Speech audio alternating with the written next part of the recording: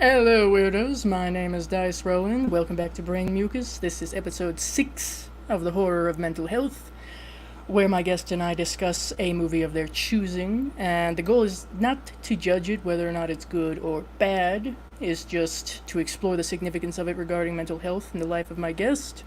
And today we have yet another special guest. Yes, Charles of WILIscredia. It's me. It's me. Yeah. How are you doing this evening?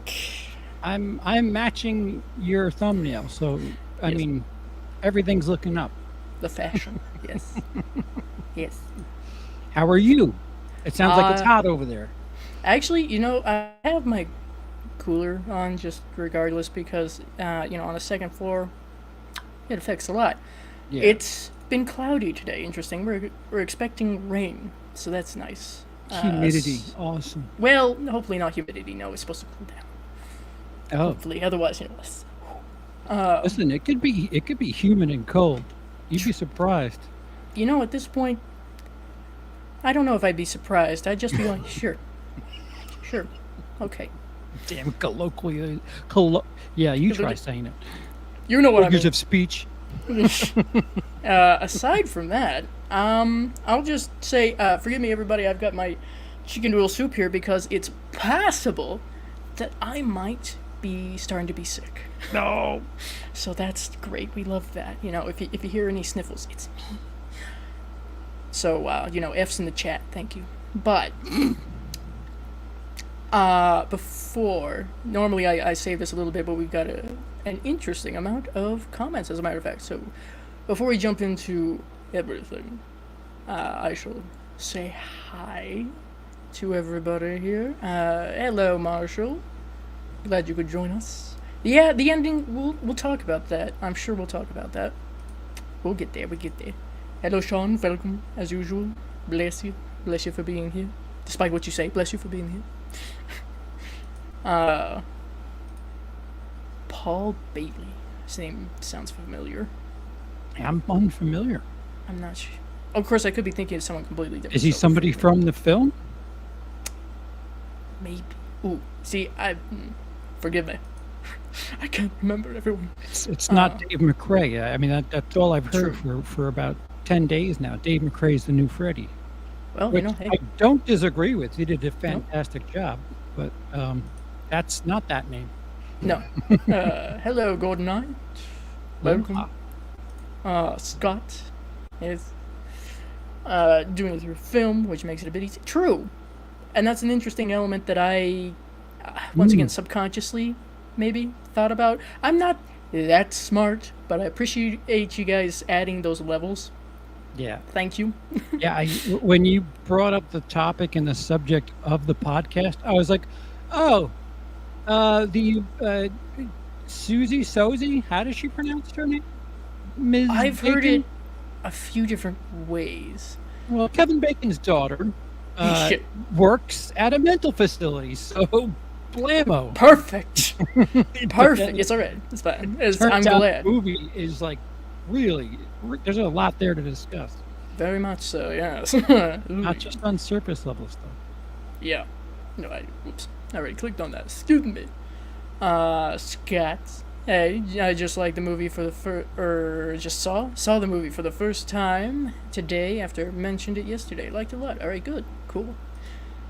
It's not for everybody, I know that, but apparently a lot of you guys like it, so I'm glad. Makes it easier. The better ones last year. Yeah. Yeah. Hello, Nikki. Hey, Nikki. Welcome.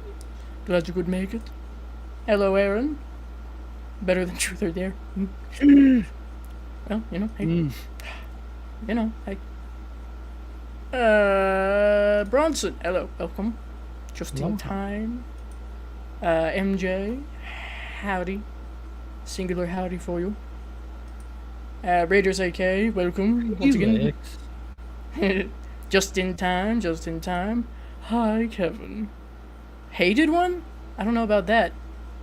I've seen a lot of other people being hated for opinions, so I don't know. You might have to fight someone for that. Anyway. Opinions? Opinions? How could you? How dare you? Being So your first, own and not objective? What are you talking about? I suppose before we get started too deeply. Anyway, for those who don't know, why don't you introduce yourself? Me? Yes, you. Oh, They know who I am, probably. I am Charles, otherwise known as CP, professional comedian, film school, educated, twice over failed filmmaker. Did I say I was a professional comedian? YouTuber. My channel name is, don't ask what it means, but it's there. WILIscredia, WILIscredia. Just realized that this is also going to be heard too, so I Yeah, wanted to get that in there. But very wise, sir. Very wise. yeah, the last significant portion of my life has had a lot to do with, excuse me, with mental health. And my father committed suicide just coming up on a decade ago, and I've been a chemistry set for a lot of psychiatrists, psychologists, in and out. I've developed weird, well, maybe not weird, but I consider them weird, in and out of agoraphobia. When you Okay, consider the fact that I was a stand-up comedian and I'm trying to work my way back into that, it's weird. The one thing that people are like, I think it's the second on the list of things people are most afraid of is standing in front of a crowd. And yeah. I did it, and I've digressed to being locking myself in a room, and it's just like, what the what? Brain is weird, man. Yeah, it is. It really is. But yeah, it's I've talked to far too many professional over the last couple of years, and it's all peaks and valleys. Sounds right. But I love movies too. Did I say that? Shit, I don't even know what the hell I doing. was assuming you hated movies, actually. That's why you agreed to be here. And of course, as per the usual, all links shall be in the description, both here and on Spotify, and etc., etc. I don't know where the podcast goes, it just goes. So, here we The go. ether. Yes, the ether. The void that is the internet. Yes. Alright, so, how did you get into horror? Oh, okay. I just realized what Kevin Smith's comment was, and I'll get there eventually when it comes to things. How did I get into horror? Yes. Because my mother's siblings, my mother is the oldest of 6, and she had me as a teenager.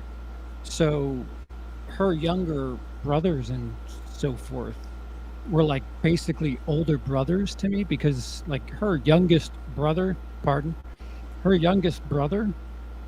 is only 6 years older than me. So when they would watch movies like on HBO and stuff, I would do my best to try to, be a big boy and watch the stuff that they watched. And as long as I kept my mouth shut and didn't act like some stupid baby kid, I could hang out with them and watch it. And they liked horror. So like it was just a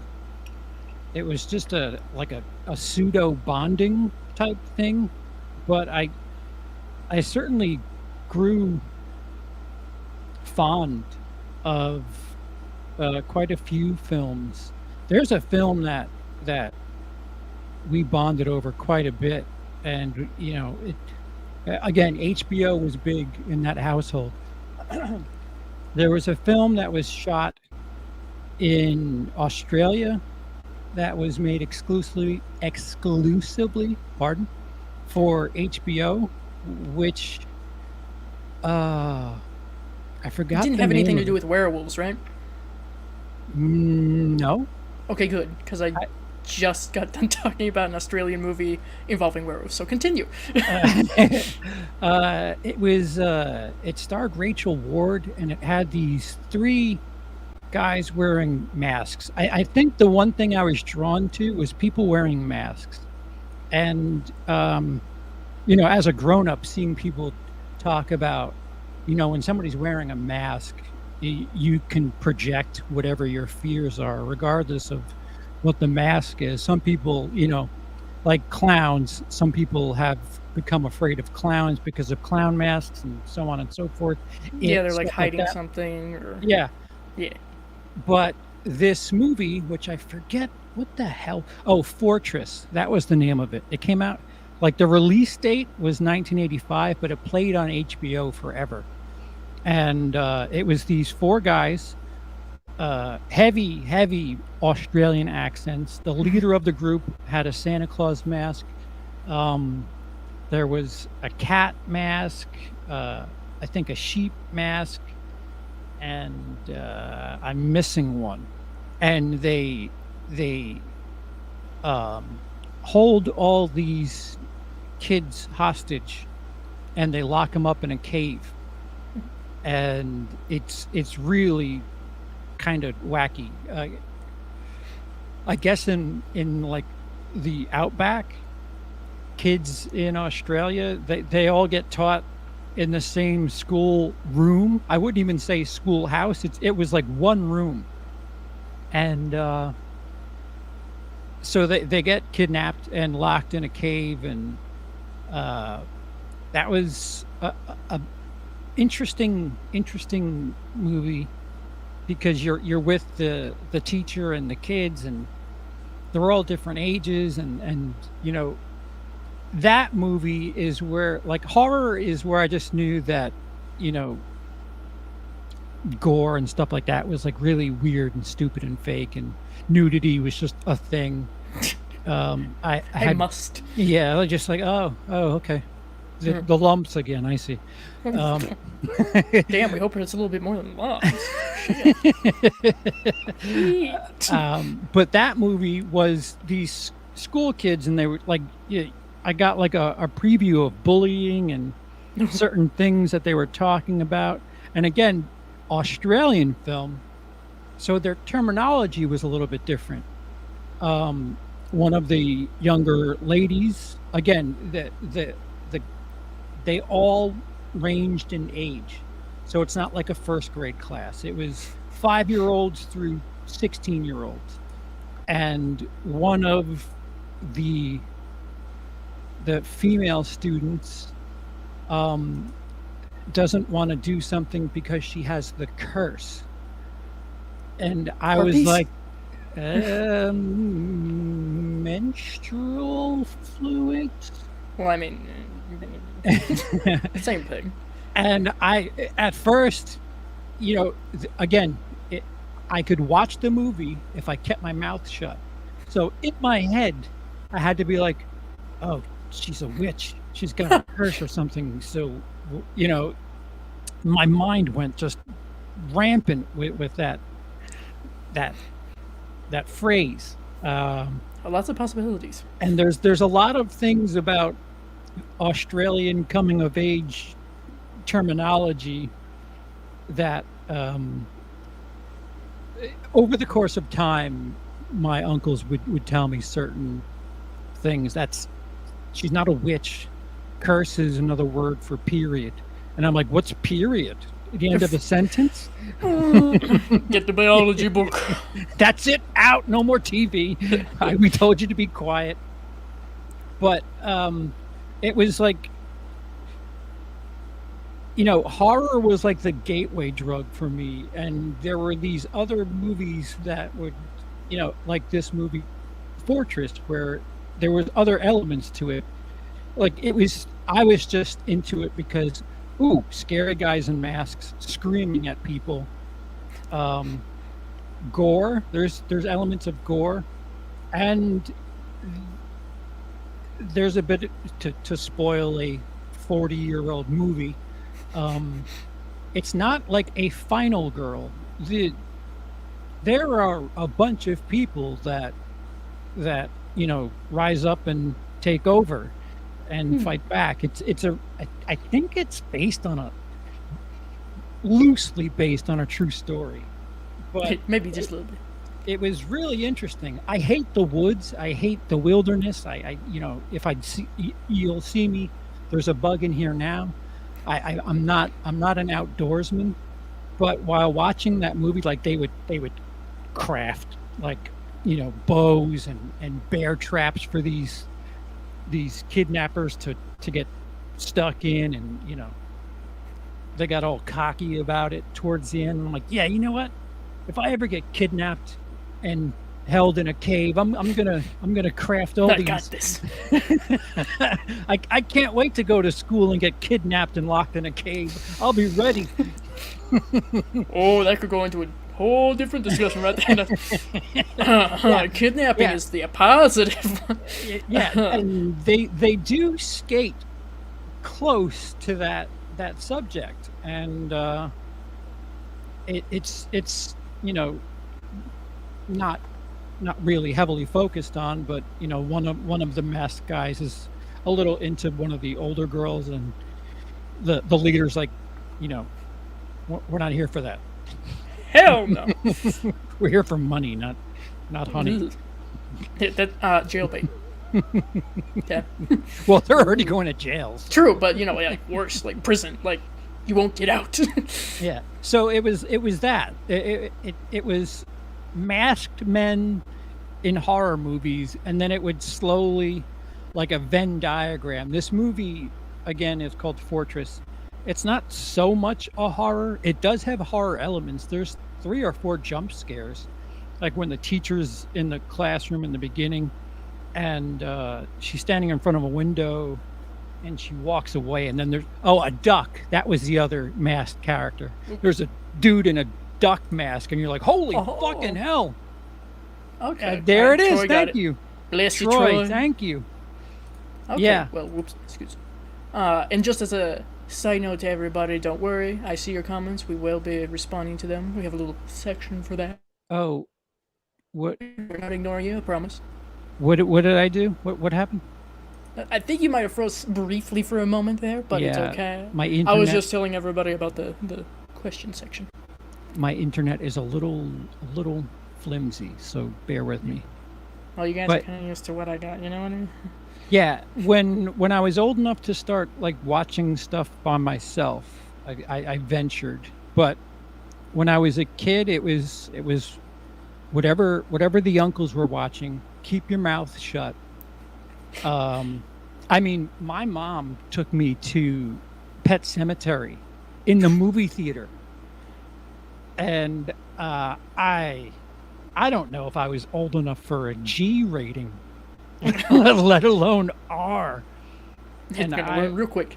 I remember just no matter what I the uncles want to see it, I want to see it, and I said I won't have nightmares. I want to see it. I want to see it. That movie scared the fuck out of me.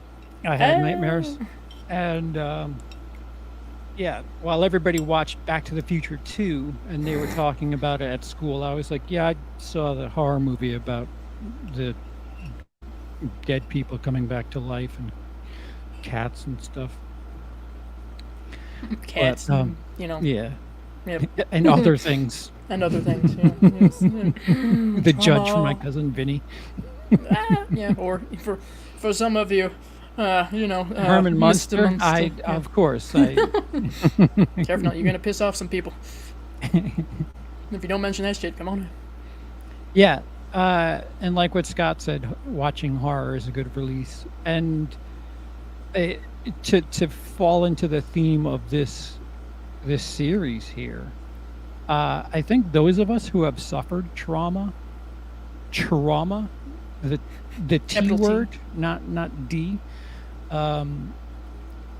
Certain aspects of entertainment or fiction aren't that jarring to us, and it's a little bit easier to watch certain things when you've had like real life shit go down.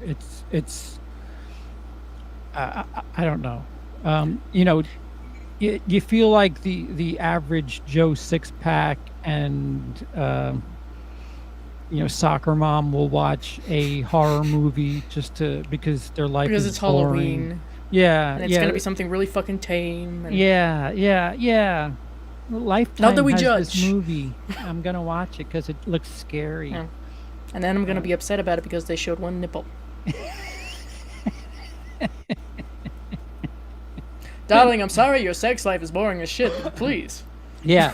These people that watch these movies for like, you know, excitement, the same way anybody would go to an amusement park. Those of us who have suffered, you know, whether it be We're here like, eh. yeah, it's just like, yeah, of course this is bullshit. Yeah. You know, come back to me when you got something that'll keep me awake for hours. And that was the other part of it. As a kid, I suffered some traumatic events as a child relatively early. So horror movies, like, you know, the guy with the hockey mask with the machete wasn't what I was worried about. It was you know, domestic shit. And you know, I've always said I've wanted to write a short horror film about just like something that you would think is this like really fucked up horror movie, but it's a domestic issue. But I've never done it. There's still time, darling. It's alright. Don't worry about it. I am a procrastinator. Everybody raise your hand, okay? Fair enough. Now, the fortress, I feel like I've heard that, and for a brief moment I was confusing it with the keep. That's not right. I feel like I've heard the fortress, but I have not seen it. Yeah, So, and it was- interesting. There's two movies called Fortress or The Oh, good. Fortress or whatever. One of them has Christopher Lambert in it, and that's not what you're looking for. It's not the right one.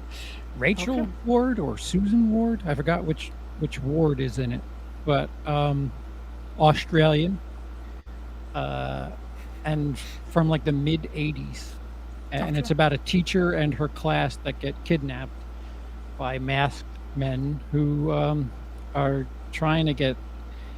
I mean, that's the part that really always kind of slips by my head. Like, are they trying to get money for them? I don't even Ransom?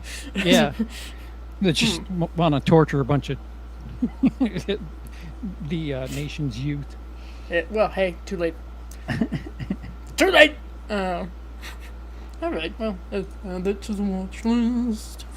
Yeah, I think the fact that the leader was wearing a Santa Claus mask and this subversion of him just screaming at kids on the move with a gun in his hand. This is going to be hard to process later. No, yeah, could be. Oh, they hate it when you give them that juxtaposition, you know? Alright, so, in case nobody knew already, what's the movie that you chose to discuss? I chose Smile, which just came out last year, which stars Kevin Bacon's daughter, Sosie. It's spelled. I think it's Sosie. I could Yeah. be wrong. Someone will correct me, I'm sure. She also does car commercials with her father, Kevin, and I don't remember what the hell it was. It was a hybrid of some sort. But they've done a car commercial together since, and it essentially is. It's nothing new as far as the way the formula is presented.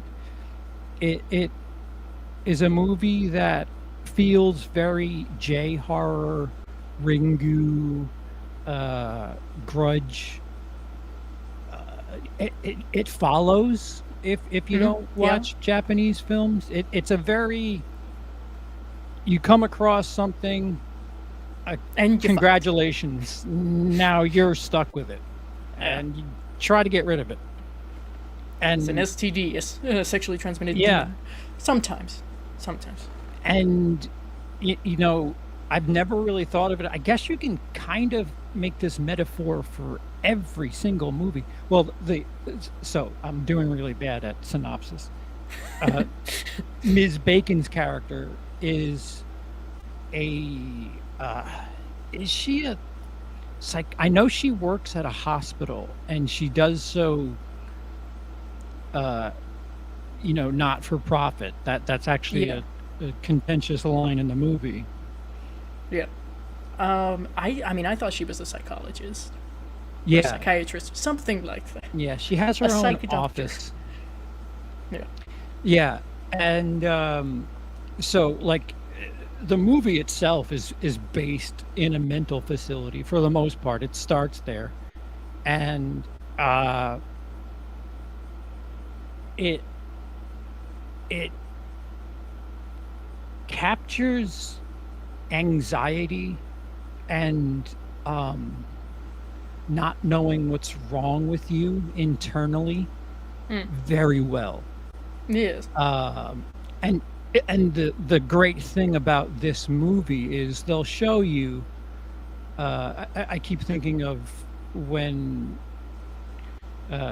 Sosie Bacon's character like really starts descending into mania, and she goes to her sister's house after the birthday party, and she's in the car and she's freaking out because she's hallucinated that her sister came and did a truth or dare type thing Yeah. right at her window, and then you get this wide angle of her just freaking out in the car at the window, and you get the sister's point of view, and it's just like what the hell's going on in there. And it's the best. I mean, correct me if I'm wrong, and please, I'd love to learn and educate myself. But it's one of the better ways of showing people what, having something wrong inside your head and not being able to explain it, and what you're feeling and or seeing, but on the outside, everybody's like, well, you don't look sick. You look fine. What do you mean you don't feel well? What do you mean? You're not feeling that great. Like, this is one of the better movies, and it again, it's weird because you could say that about The Grudge, you could say that about The Ring, you could say that, but it follows same shit. I think that's probably one of the things that I had mentioned in my ranking video. I swear I must have said something like that, either in a video or to someone else trying to describe it. Because that must be a subcategory at this point of come across thing cursed. Now you're followed by said thing, and it's horrific. Yeah. But I would agree, honestly. And it could be a metaphor for PTSD too. Like, again, as a child of somebody who's committed suicide, I mean, these characters in this film, the it follows, the Grudge aspect of it is you witness somebody who smiles and then they commit suicide right in front of you, and then that's how you get it. And it's a brilliant metaphor for post-traumatic stress disorder. You were fine until you came across this very traumatic situation, and no matter how much you think you're going to carry out about your business, it's going to affect you somehow, and it keeps showing up in your life. And you bring it with you, and it affects you in ways that you'll never be able to explain. Yeah, no, I would very easily see that. Very easily. There's, I'm sure, a shit ton you could read into what's being shown. But yeah, PTSD, anxiety, depression, even. Depression is something that I was getting very heavily through well, pretty much every character who had dealt with this was going through, because again, it never leaves you. It follows you around despite your best efforts. So it's a very dread-filled kind of thing. Yeah, and the really, I want to talk about juxtaposition. The fact that it's lit just so cleanly, everything's just evenly lit. There's no real. I mean, towards the end, it gets a little shadowy and stuff, but like as the movie opens, you might as well be watching an episode of Three's Company. It's just everything's so bright and flat, and like it's so not a horror movie, or at least a decently budgeted horror movie. The way it's shot and presented in cinematography, but it slowly descends with the way it does camera work and lighting and so on and so forth. And another thing that they do really well is they capture the other side of being with or caring for somebody that is suffering from some sort of mental issue or manic attack or something. I mean, it does get frustrating if you don't know what the person's going through and you can't see it. There's a certain point where you're like, all right, you're just fucking with me at this point. Like, again, oh,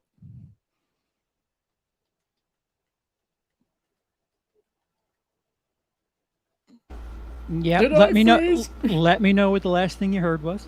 Somebody fucking with you? Yeah. There's this point where it's like I want to believe you. I care for you, but this seems like you're just pulling my leg at this point.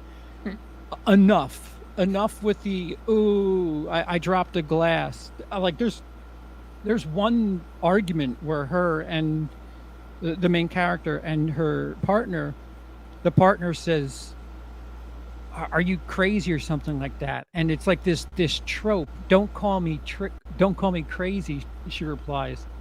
And the typical male response would be, I didn't call you crazy, I asked you if you're crazy. But that, I don't think that was a line in the movie.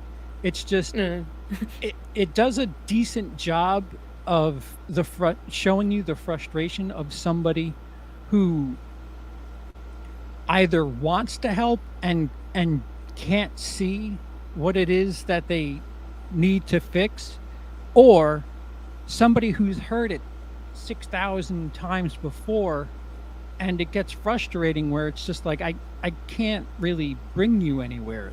Like, this is my kid's birthday and you decided to pack a dead cat in his birthday. I really appreciate that. He said he wanted a train and you gave him your dead cat, and wrapped it and then decided to just crash through my coffee table. I really appreciate that. My friends will never come over ever again now. Thanks. Yeah.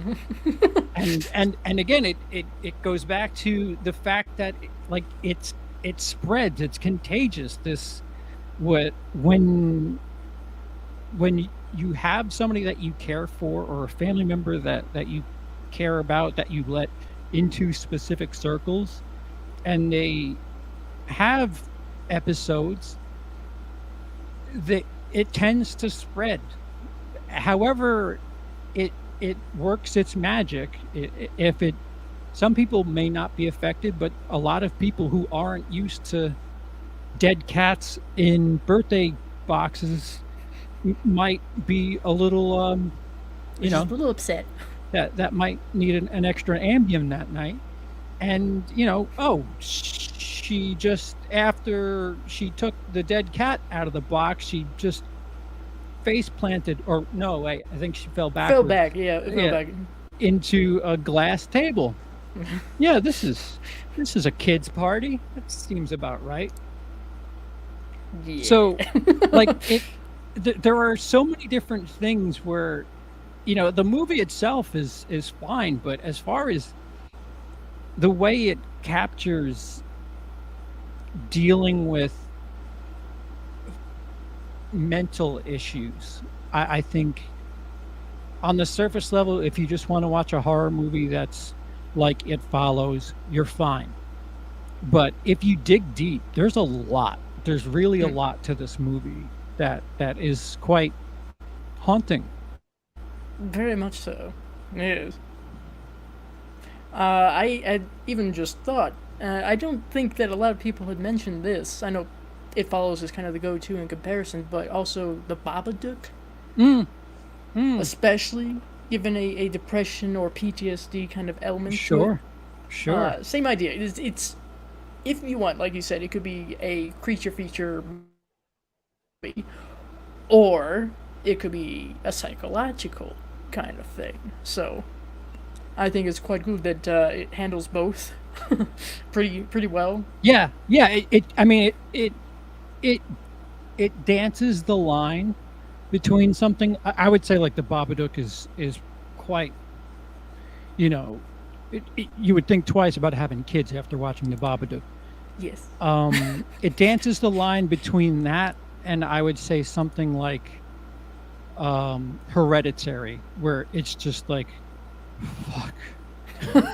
Oh shit! Remind me never to go visit this family. Holy Fuck. shit! These people suck at dinner. Yeah.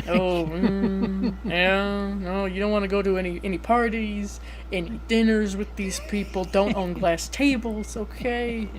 Lock the windows on the car. Yes.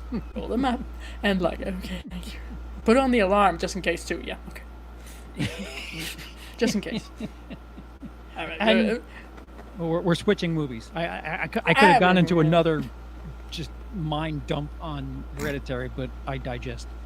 There's a list, and I haven't made the list, but there is a list. I am sure that someone will bring up Hereditary, someone will bring up It Follows. Like, this is another reason why I decided to go with this lovely little series. There's a lot. And if Boomer, previous episode, hadn't brought up Evil Dead, I probably wouldn't have even connected the two. Likewise. I mean, afterwards I was like, oh shit. All right, yeah, touche, sir, touche. But excellent, fabulous coverage of that question right there. So I guess with all of these lovely comments, bless you all, we shall go over some of those. Scrolling back up to the top. Troy, I enjoyed it more than I expected. Looked like it was going to be a complete joke going in. There. I did too. I got Truth or Dare vibes from the trailer. I was like, oh, smiling people, terrific. Which, I mean, yes, granted, that's unsettling, just normally, but you know. Well, right off the bat, when the opening kill, when she's just like freaking out, and she's like, no, I think she says like, I'm in college, I'm in for my doctorate, whatever, blah, blah, blah. And the therapist, Ms. Bacon, goes to make the phone call that she needs help, and next thing you know, she's just standing there smiling. Yeah. And there's something inherently creepy about people just staying still and not really doing anything. There's nothing there. Yeah, like so Mitch it's McConnell. Like, what are they going to do? Yeah. And she's just smiling. She went from absolutely hysterical to smiling, and you're like, what's going on? And then when she does what she does, you're like, why what was that? Yeah, what the fuck?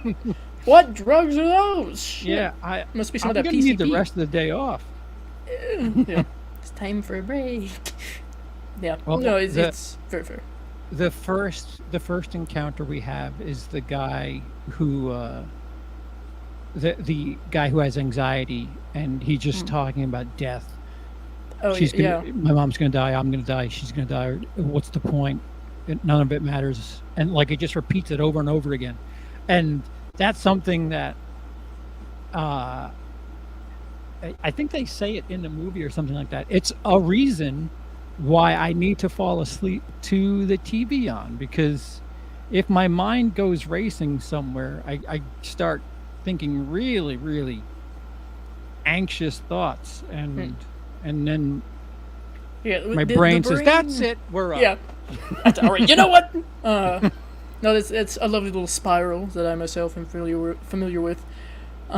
It's a very bizarre thing, and going back to the whole hard to relate to people in some way, I'm sure that when I say something like, yeah, I can't deal with just silence because the brain will start to come up with shit or hyper focus on shit, and it doesn't go too well that way. Some people are gonna go, what the fuck do you mean? Right. Well, I just totally think of something get it. else. Oh, yeah. Oh, thank you. I hadn't thought of that. Yeah. Yeah. People with mental health issues in a nutshell. Why? Just think of Well, something else. Do something else. Drink more water. I'm gonna start drinking something. Water. Brunson, have you guys ever heard of a movie called I Smile Back? Sarah Silverman is in it. No, I don't think so. I'm not familiar with that. Huh. Interesting. Sean, I would faint in fear in front of a crowd. Stage fright is not a nice thing. I've dealt with something kind of similar to that, but that goes right back to my own anxiety, which could be of many different things. So. I've gotten past it to a point where silence in front of a crowd is where I'm like, make noise, please. I'm just gonna go. Thanks. That's totally fine. Troy, quote, better off in the coffin than doing the eulogy. What is that from? Or is that simply a quote? Yeah, it's a figure of speech. Oh, okay. People would rather be doing the eulogy. People would rather be in the coffin than doing the eulogy because doing the eulogy, you're standing in front of a bunch of people talking. Yeah. Public speaking, man. Very.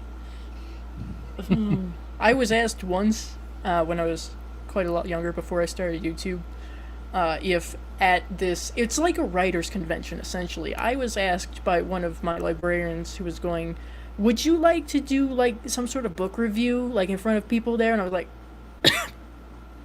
thankfully, she said, you know what? Never mind, we've had a change of plans. I was like, thank God. Thank God. So yeah, I understand.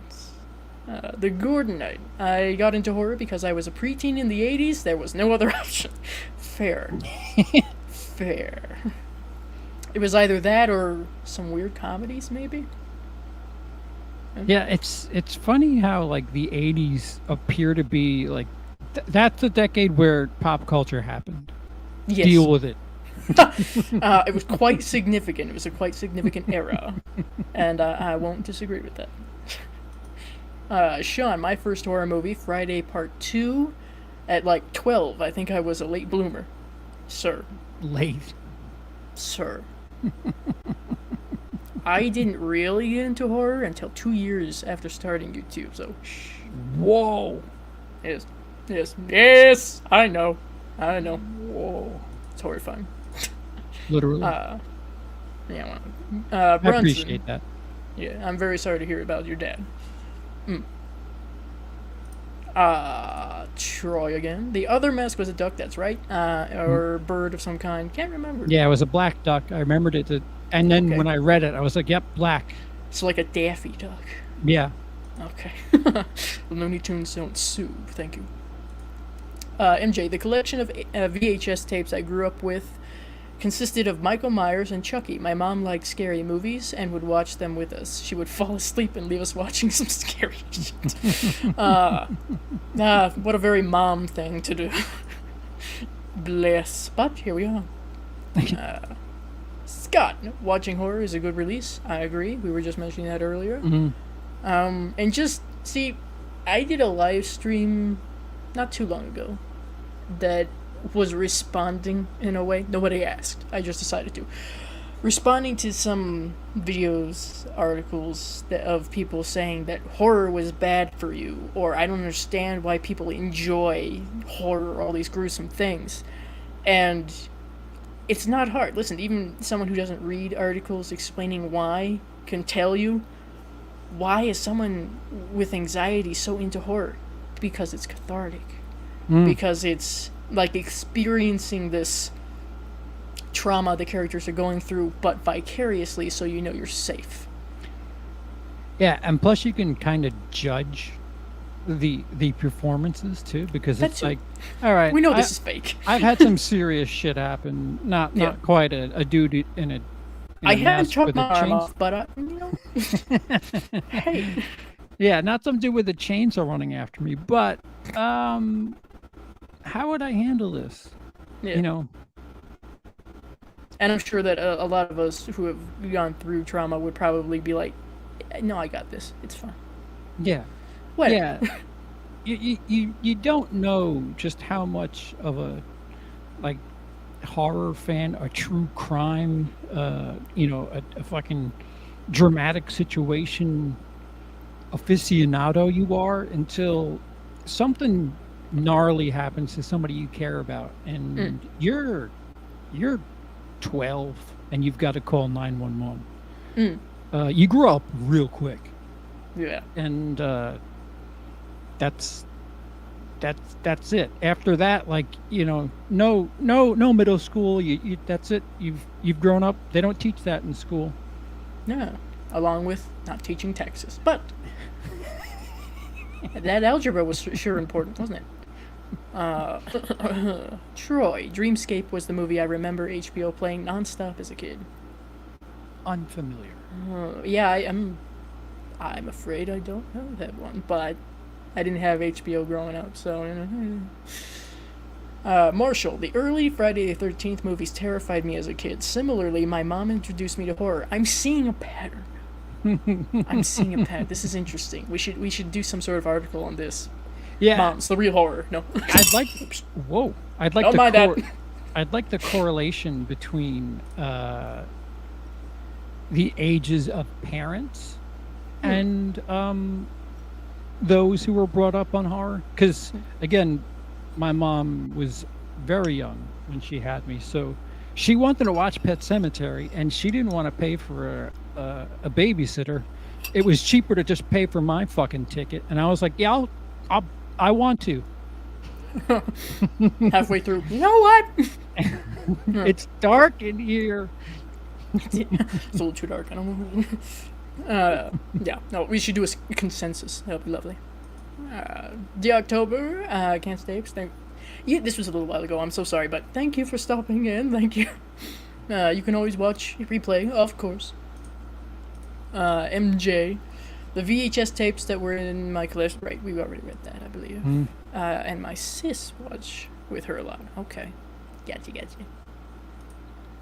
Yes, thank you, Troy. It's not like I've heard that one before. That's alright. It's my nickname at this point, Doc. I'll take it. Snacking on carrots? Alright, we'll go the healthy route. Is it the raw carrot salad I've been hearing about? Or just carrots? Ranch? Something? Hummus?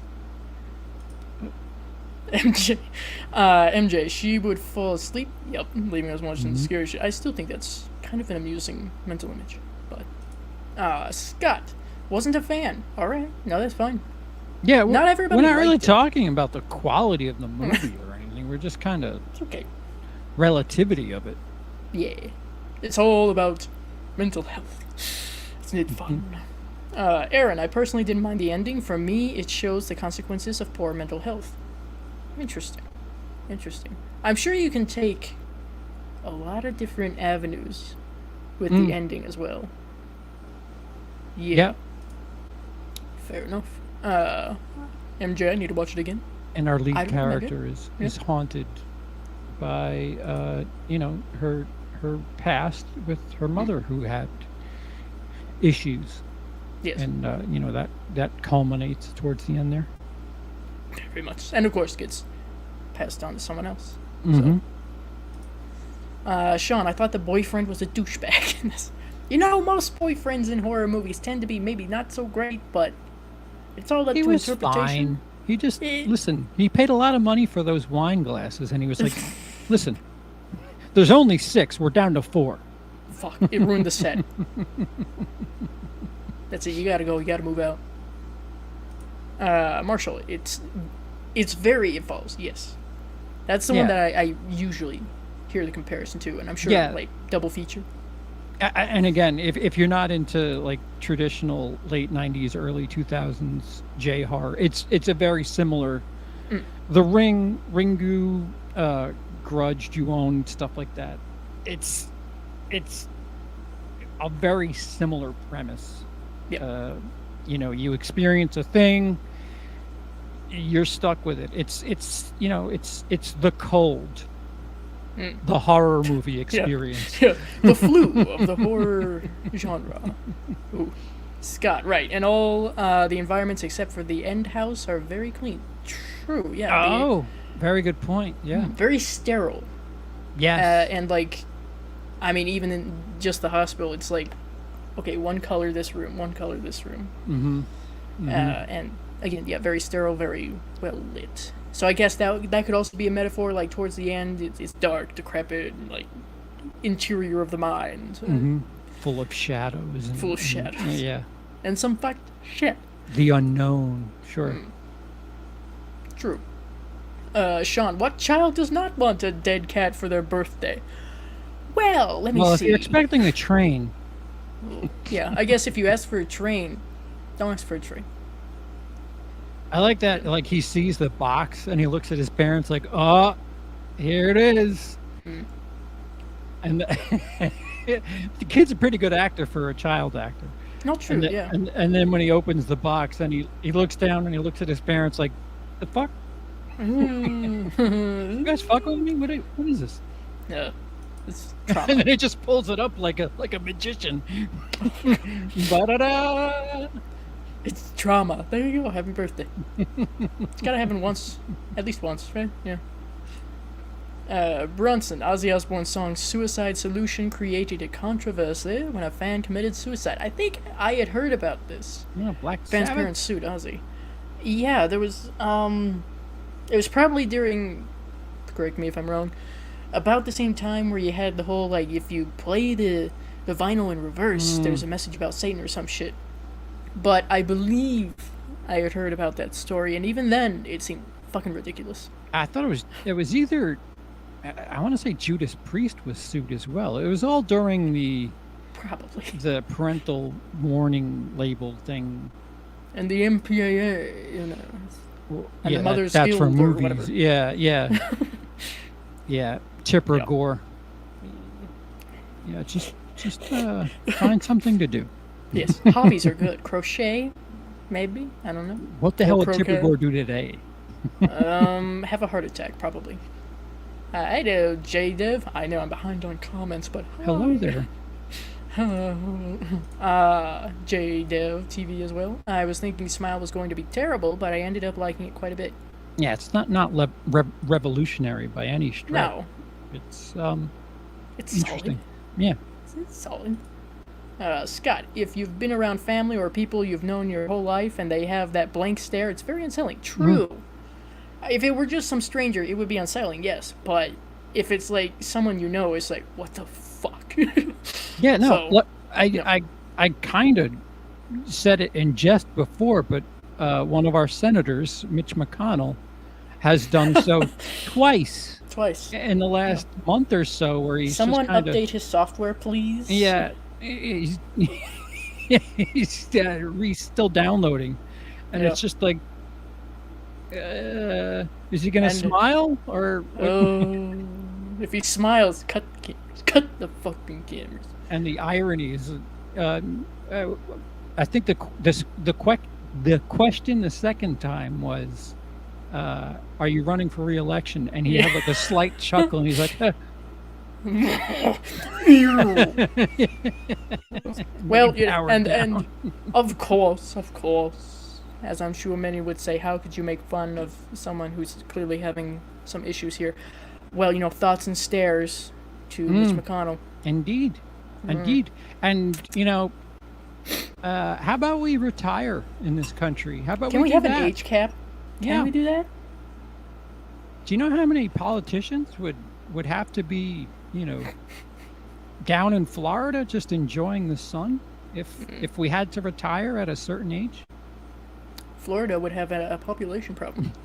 More so. Washington D.C. South. Oh my god. Just make a replica of the White House, put it in Florida, problem solved. They'll still think they're there, okay? It's fine. Hello, Infinite Psychosis. Welcome, Costello. The ring one is superior to Smile. Ooh, we're gonna start fights now. I mean... Now, are we talking Renew or the American remake? We need to be specific. Costello again. Barbarian is even better than Smile. Ooh, now we're really trying to start fights. Okay. You don't like Smile. Noted. Yeah. Hello, Spencer. Nice to see you. Costello, Mr. Frost is a good Jeff Goldblum horror film. Now, I don't know if you had mentioned that or if it was somebody else. It might have been somebody else, but there was comparison to Mr. Frost and Nefarious, so I'm intrigued. Hey, number one, you got Jeff Goldblum. I'm in. Okay. I'll have to check it out. Brunson Red Wolf. Ozzy Osbourne battles depression. He also has OCD, COPD, and Parkinson's disease. His father passed away in 1977. That has led to Ozzy having many hospitalizations because of his depression. Self-medicates quite a bit too. You would be surprised whom in the public eye deals with such things. It might shock some people. Halloween Ends and Jeepers Creepers Reborn can burn in horror hell. I have not heard very good things about Jeepers Creepers Reborn. Halloween Ends, I'm neutral. I'm neutral. Please don't shoot. Nikki, what people can't... Let me restart. What Easy people for you really, to say. Yeah. What people really can't handle, including myself, is being depressed and not knowing why. And then I just go do something or blah, blah, blah. I'm like, I'm 44 years old. If I could feel better, I would. Right. Fair. Right. Yeah. Depression is not exactly something, unfortunately, that can be cured. You can treat it, hopefully. I can't tell you how many times I've opened therapy sessions with, I'm too lazy. Oh, wait, no. I'm too depressed to be lazy. Like, it's so strange. You know, you just like, I don't want to. It's such an odd thing to try to describe. Because, once again, if you're neurotypical, number one, what the fuck is that like? Two, you're not going to get it. You can try. You might kind of understand, but it's not just feeling down. It's like having no interest in anything and no energy for anything for who knows how long. Yeah, it's great. Your stomach could be growling and you're like, but I don't want to go get food. I don't want to put it in my mouth. I don't want to chew it. I don't want to swallow it. I don't give a shit. Fuck you, stomach. Yeah, or God forbid, you're hungry. You know you're hungry, but you have no appetite. Yeah. There's a difference. Yeah. So, yeah. Yeah, your brain controls it all. It's quite fucked. It's fascinating. It's the other F word. You know, it's either fun or fucked. Maybe both. Who knows? Costello, forgive me. Evil Dead Rise is selling extremely well on Walmart. Makes sense. Makes sense. It's in Walmart, you say? Spencer, from Wes Craven himself, horror takes fear out of people. It's not to put fear into you. I like the quote. You know, I'm sure I've heard that before somewhere. I think it's a good one. It really confuses people, you know? Scott, spot on those. It's cathartic. It's just the go-to word for that. Catharsis. Very important. And it varies from person to person. So, what one person might watch and feel some sort of pleasant catharsis, the other person might be like, how the fuck can you watch that? So. Well, I mean, it's just like people who watch shitty, like, reality television or like Lifetime movies. It's like, this is so, like, it's not. What do you get from it? Yeah, it's so processed. What is this? I hope to meet a guy like that someday. What? There's sure about people that? don't look. Nobody like that exists. What are you doing?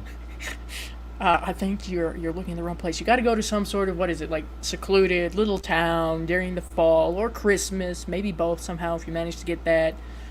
You need to be some sort of like down and trodden writer or aspiring writer who just never got the encouragement to do. I don't know. Yeah, how many first dates on Christmas Eve movies does the Hallmark Network have to make? Because, for fuck's sake, who would bring their first date home for Christmas dinner? Sorry, I'm going off on that. someone who's apparently very optimistic. Hi guys, this is Shelly. Oh, you don't have presents for her. That's weird. Oh. Yeah, I didn't tell you about her. Time to be socially weird. Yes, and also, highly unrealistic is the family of your boyfriend or whoever the fuck being totally accepting. Yeah. Bullshit. Yeah. Bullshit. Especially if this is the first time they're meeting them. Yeah. Fuck no. Of course. I love those piercings. It brings out so much in your eyes. Right. Because they're around the eyes. Spencer, horror is like a therapy session for a lot of people, I think. True. Yes. Not to replace actual therapy, of course. But, it could be helpful in some way. Maybe processing? Yeah, no. Bringing things you need to process to the forefront, perhaps.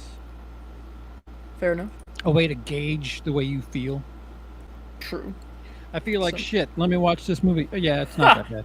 Yeah, no, it's fine. It's fine.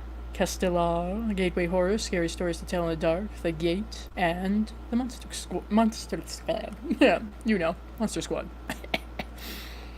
Fair enough. Those are some that I have seen on a lot of people's get your kid into horror lists. So I used to watch The Gate quite heavily, and then I introduced Emily to it, and I was like, oh, that was a mistake. The adult me thinks the kid me isn't very smart. Well, I mean, it was theoretically kind of designed for kids in the 80s. So, yeah, it hasn't aged well at all. I don't know. I've seen it. I've seen it once. It was scary when like the little demon people fell, and then it turned into other little demon people. It was like Well, the guy started out as a zombie, number one, and then you get all these little fuckers. What the fuck?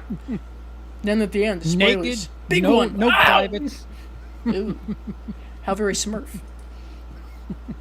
Troy, on that subject, my mom was 18 when I was born. Was allowed to watch whatever horror I wanted to by like 5 or 6, with her encouragement as well. Yep. Hey, and here we are. Same, right down the middle. Same 2 fingers. age, everything. Fair enough. Sean, The Grudge is better than Smile for me, more creepy. I mean, my brother has said that he thinks that the sound that The Grudge makes is rather creepy.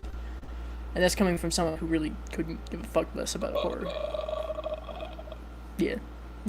I like how you had to take a drink of Coke before you could do that. I'm still not sure if that was a belch or your imitation. No. I don't know. I put bass in my belches, thank you very much. Oh, okay, yeah, fair enough. Or the meow. Was that the American version? I thought it was the Japanese version, wasn't it? When I'll put it this way: in the American remake, you do have the little boy and the cat, so I guess it's a constant. Okay. Grudge fans, don't hurt me. Castellar, Identity, Shutter Cure Island. for Wellness, Shutter Island are good mental health horror films. That movie's incredible. Have you not seen Shutter Island? I have it. I have not seen it. No. I know. I see the judgment. I feel it. No. Through the screen. No. It's Scorsese doing mental horror thriller. It pushes your shit in mentally, that's for sure. Oh, yay. We're one of those for when we're in a good mood. Yeah. Perhaps the best last line ever that was not in the book. The author's like, I didn't write that part. And it's like, oh yeah, the best part? You're an asshole. Somewhere the author's going, fuck. Screenwriter there. Yeah, the good old Stephen King Shining treatment. I didn't write that part. Well, it was the best part, so just be quiet about it. Don't say it too loudly. Especially the cat scene was so messed up. Lol. I enjoyed Smile a lot compared to a lot of horror films. I guess I had low expectations and was surprised. That's not the worst way to go into a film. The audiophile jump scare actually got me for once. I would agree with that. Yes. With everything, actually. And just as a fun little side note, it's interesting, I guess, that I watched Smile and they had that scene and everything with the cat last year because, unfortunately, last year I lost my cat. And it was on my birthday. So to see that scene and how she holds the cat, I'm like, fuck! Pause! Shit! So that was fun. Speaking of trauma. Spencer CP's blinks there. Yeah. That takes practice. J-Dev. Yeah. I would love it if all politicians had to retire before 70. Yes. Yeah, that's why they're like, no, we don't care about moving your retirement age back because we're 77. And you're being propped up. Yeah. Yeah. Looks like a scarecrow. Yeah. You're making a fuck ton of money. You don't make the nation average. I'm sorry, nobody living on minimum wage. Exactly.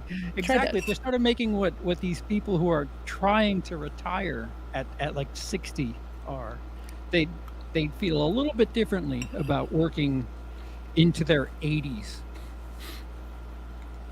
You know how many grandmothers I have seen working at Walmart? It's so depressing. It's just. And I'm not taking the approach of like, well, they shouldn't be working. No, if they want to work to keep themselves busy, great, but they shouldn't have to. Term limits, especially. I'm sorry, president 2 terms. That's it, right? Mitch McConnell's been president as long as I've been. Mitch McConnell's been senator as long as I've been alive. That's and before. No, yeah, no. You don't get generations worth of your job. No, this isn't. I mean, when you look like you should be in a Guillermo del Toro movie somewhere, I think it's time to leave. Just a thought. You're scaring the children. Anyway. Scott, have y'all seen Lights Out? Not a super great film, but deals with themes of having parents with mental issues as well. I have it. I have not seen it. I have seen the short film that it was based from. That's on my list. That is a sequel, doesn't it? List. Or is it a sequel that they're working on? Lights I'm Out. not sure. I know. Sometimes I get them confused with Don't Breathe and Lights Out. I think that's what I'm thinking of. The guy from Avatar. Yeah, Don't Breathe has a sequel. Lights Out. I thought I heard something about a possible sequel, but I don't know. I do need to watch it though, of course. Sean, I would agree in theory with the but if your current president is needed to beat your former one, leave it until 2028. That's a fair point. We'll see how that turns out. Let's not get started on technicalities because I don't know. If you start a coup, you probably shouldn't be qualified. Just period. I don't care if you're 2. Yeah. That's sorry. Something about boxes of papers and bathrooms. I don't know. 4. Pick your indictment. You're disqualified. Yes. Just pick one. Roulette wheel. Aaron, hopefully your videos will inspire people that they're not alone. Another good point as to why I started this. I know I have. Well, that's great. And I love that because that is another very important part of this. Is that, that's something I did want to touch on just a little bit with the movie. Because it does seem very hopeless, very dread-filled, like I said. That's not the case. Speaking to people does hopefully eventually help if it's the right people. Sometimes it takes a bit to find said people, but sure. If you find people who share these traumas or issues, then it makes it a little bit better, a little bit easier. So Sure.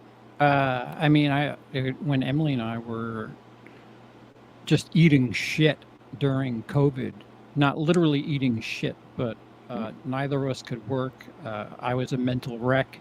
We couldn't make money. We were going to like local churches to eat slightly off bread, like yeah, slightly I less forgot what fresh. yeah, what are they called? Food drives? It's not a Yes. food drive. Okay. Wait. Fuck. There are different terms. I'm sure. Like some call them Yeah, pantries. yeah, Some call them. And of course, it leaves me. It leaves me. I'm familiar with it. I should know. But yeah, essentially where churches receive food that have been donated by, I don't know, stores themselves. They're about to go bad or some shit, or somebody who bought them out of kindness yeah. and they received it and they dole it out according to who arrives and how many are in your household, so to speak. Yeah, Right, right. essentially. Those were tough times. Picking out the 30% of the strawberries that were furry, Yeah. and keeping the rest and making them quickly. Um, and a lot of people in the community helped. And not having money sucks, and it was quite depressing. And I felt helpless. Emily felt helpless, but we had each other, and I couldn't help but my father committed suicide due to financial reasons. And the weird thing about, I'm sorry, I'm going to go off on one here for a second. When we pass away, all of our secrets are just out there. Like I had access to all of his emails and everything, and it felt very intrusive and very. It was quite sad, because he was trying to sell everything the months leading up until his suicide, and the one thing I would constantly tell myself is it's not that bad. It's not that bad. Emily's here. We're in this together. No matter what, we're we know it could be worse. And the thing that sucks about the situation with my father was he didn't stop and just take a minute and be like, all right, you know what? There's tomorrow. Yeah. Whatever. There's tomorrow. I'll figure something out.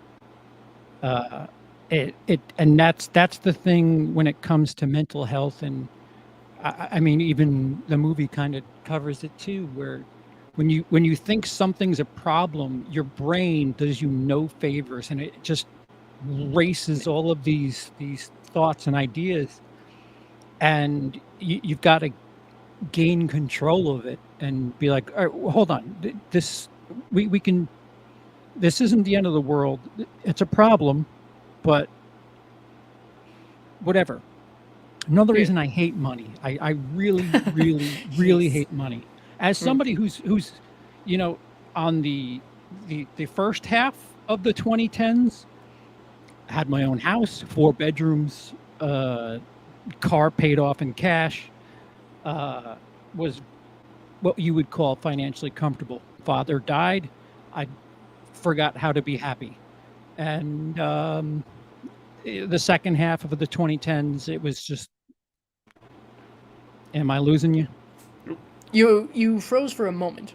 What did you miss? Second half. Well, you said second half of the 2010s. Yeah, that's where everything just kind of went downward. And the only difference between 2014, 15, and 16 and the rest of the 2010s was I didn't have money.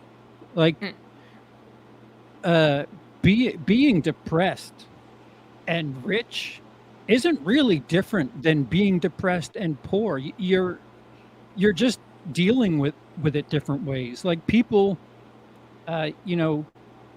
who binge eat their stress, usually they're a bit better off with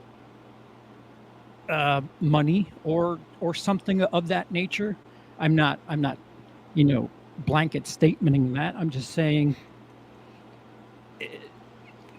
there are different ways that people, when they have depression and stress and anxiety, that depending on where you are on the financial structure.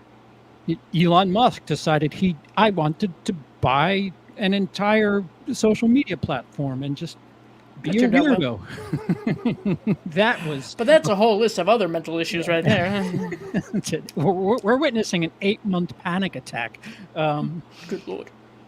But money doesn't. It just helps your Coping. social status. And coping. Yeah, there was your times options. yeah, there was times after my father passed where I was like, I feel like shit. I'm just gonna make myself happy by spending money, and didn't work. Just spending money. It was just like, oh, I have all this shit, still not happy. What am I doing? Hey, There's you need to no- buy an island. Remember?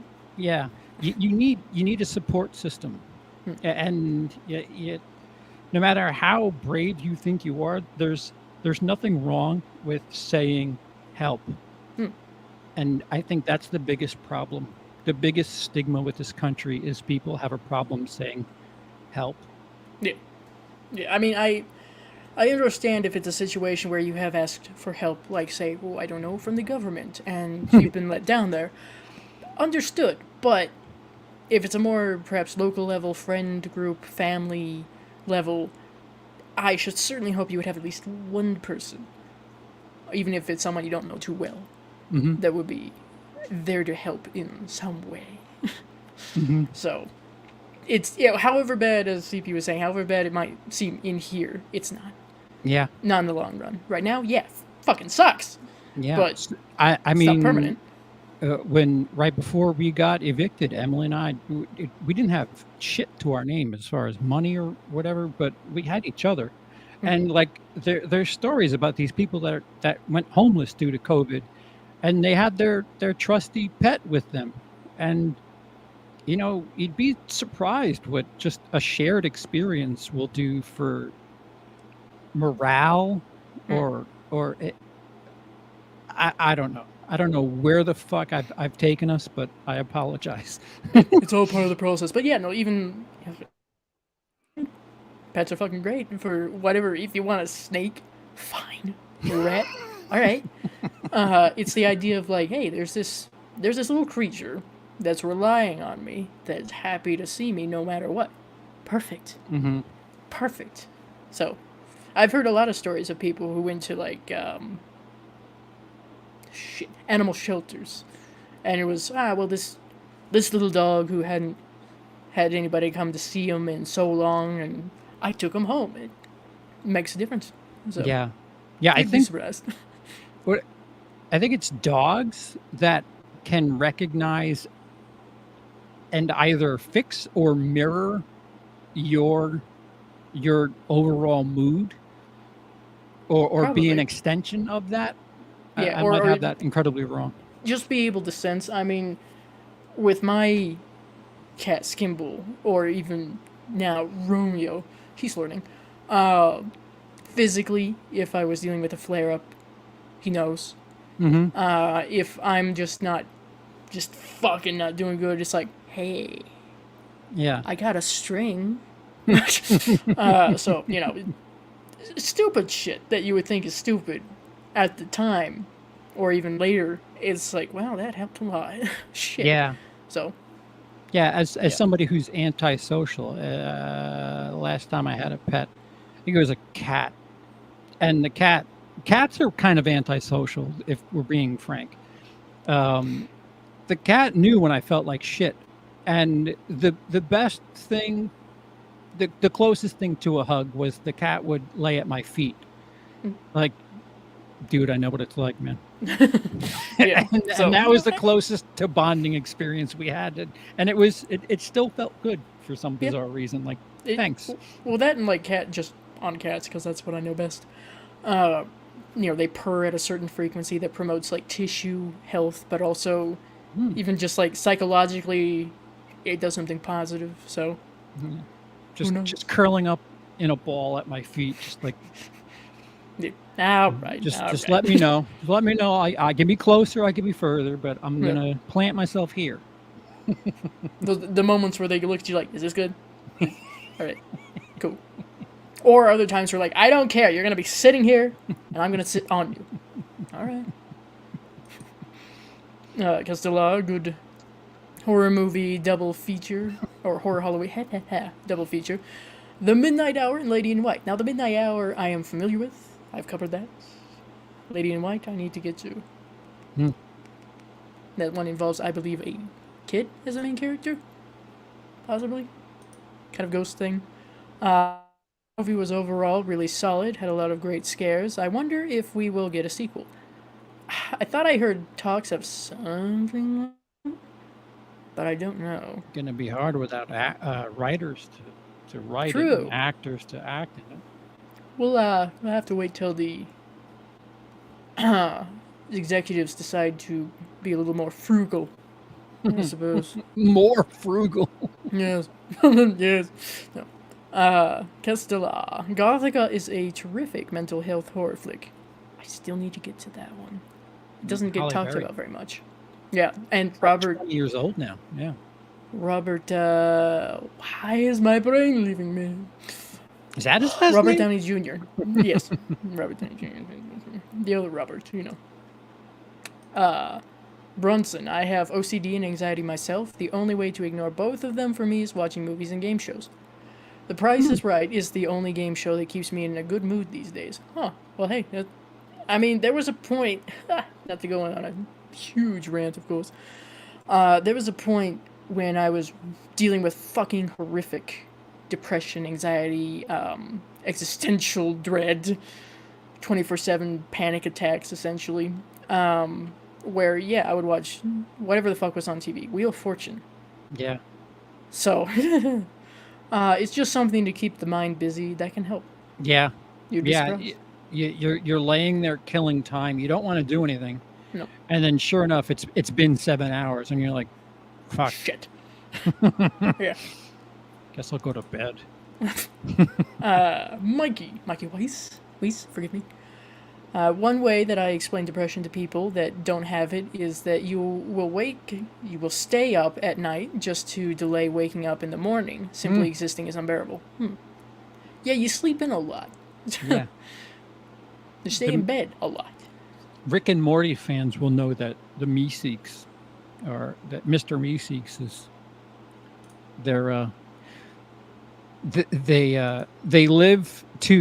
they exist. It's a box. It's hard to explain for somebody who doesn't watch Rick and Morty. It's this box. You press a button, and this little blue man comes out. Hi, Mr. Meeseeks. Look at me, and you ask him to perform a command. And then once they finish performing the command, they stop existing. But there's an episode where they're, a bunch of them are around and they're performing these tasks, or like a shitload of them are trying to help the dad character in Rick and Morty help fix his golf game, and they're like all frustrated, and because they're not supposed to be around that long. They're just supposed to untie the fucking I don't know, rope, or fucking get the jar off a peanut butter bottle or something, and that's it. Their existence is short. They achieve like their flies. goal. Yeah. Their lives have meaning, and if they don't achieve the thing, they just continue living. And I'll have to send you the episode, because It's like they've been around for hours, and you would think hours is nothing, but to them it's like centuries, and they're like, existence is pain. Yeah, I'm doing it no service. It's quite funny, but yeah, I don't know what the fuck I'm talking about. Well, you know more about Rick and Morty than I do, so. Well, them alone, I was absolutely enamored and fell in love with that, because they're just these, forget like a magic genie. They're just these things that perform a task, and once they finish their task, they're gone. No cleanup. Yeah, and if you take too long, they start getting a little antsy. And the fact that one of them says existence is pain, it had both Emily and favorite I character. That's it. Yeah. I'll agree with that. Some neat. Speaking of horror that deals with mental health, definitely check out Session 9. I've been recommended that a few times. I need to see it. Very much. Ooh. Mikey Bronson. I also have OCD and severe depression. The OCD makes the disorder hard to overcome because you cannot focus on anything else. Sounds about right. Some neat. Why is CP wearing all pink? What is this breast cancer awareness? No, just matching the thumbnail, darling. But no, he's sponsored by Pepto. We have good news. Yes. Next, Coke. Yes. Aaron, Videodrome is a relatable movie to me about adult entertainment. I've dealt with loneliness and adult film addiction since I was 16. Interesting. Should watch. I can see it. Censor? No, that's not so much about adult films. It's just the video. Not exactly, yeah. But it's like censorship of things that may be considered adult. I'll step back from that statement, actually. Maybe not a bad double feature. Scott, seeing older people working in retail and customer service jobs is a spirit killer. A little bit. One, for them going through it, and two, as someone who doesn't have kids, is that going to end up to be me too? Exactly. Exactly. Welcome to dystopia. Bronson, yeah, OCD, depression, and anxiety can all be difficult to control nowadays, but I always try to control all of those symptoms the best I can. Absolutely. Just like everybody. Big Pharma. Valium? Yes. Every flavor, please. Thank you. Chewable Valium. No. Lights Out was made based off a 3-minute YouTube video. Right. And I have seen that, I believe. Same guy, I think, who made Annabelle Creation, and I'm sure several other things, but I just know him because I found him on YouTube first. So.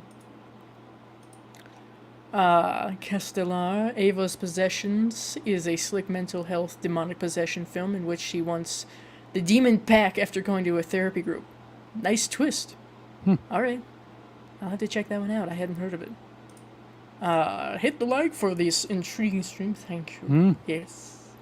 Hit the like. Abuse it. No. Only once. Only once. It's alright. This isn't old YouTube anymore, you know? Bronson, I always remind myself that in the end that everything is going to be just fine. Right. And I don't know about anybody else, but I noticed personally that if there's any spiraling that I happen to be doing at night, it just seems bad. Wait till morning. Sun's coming. Yeah. Just like Evil Dead. Yeah, okay. Yeah, why rush it? You don't know what's going to happen when we die. We're all going to die, so just in case.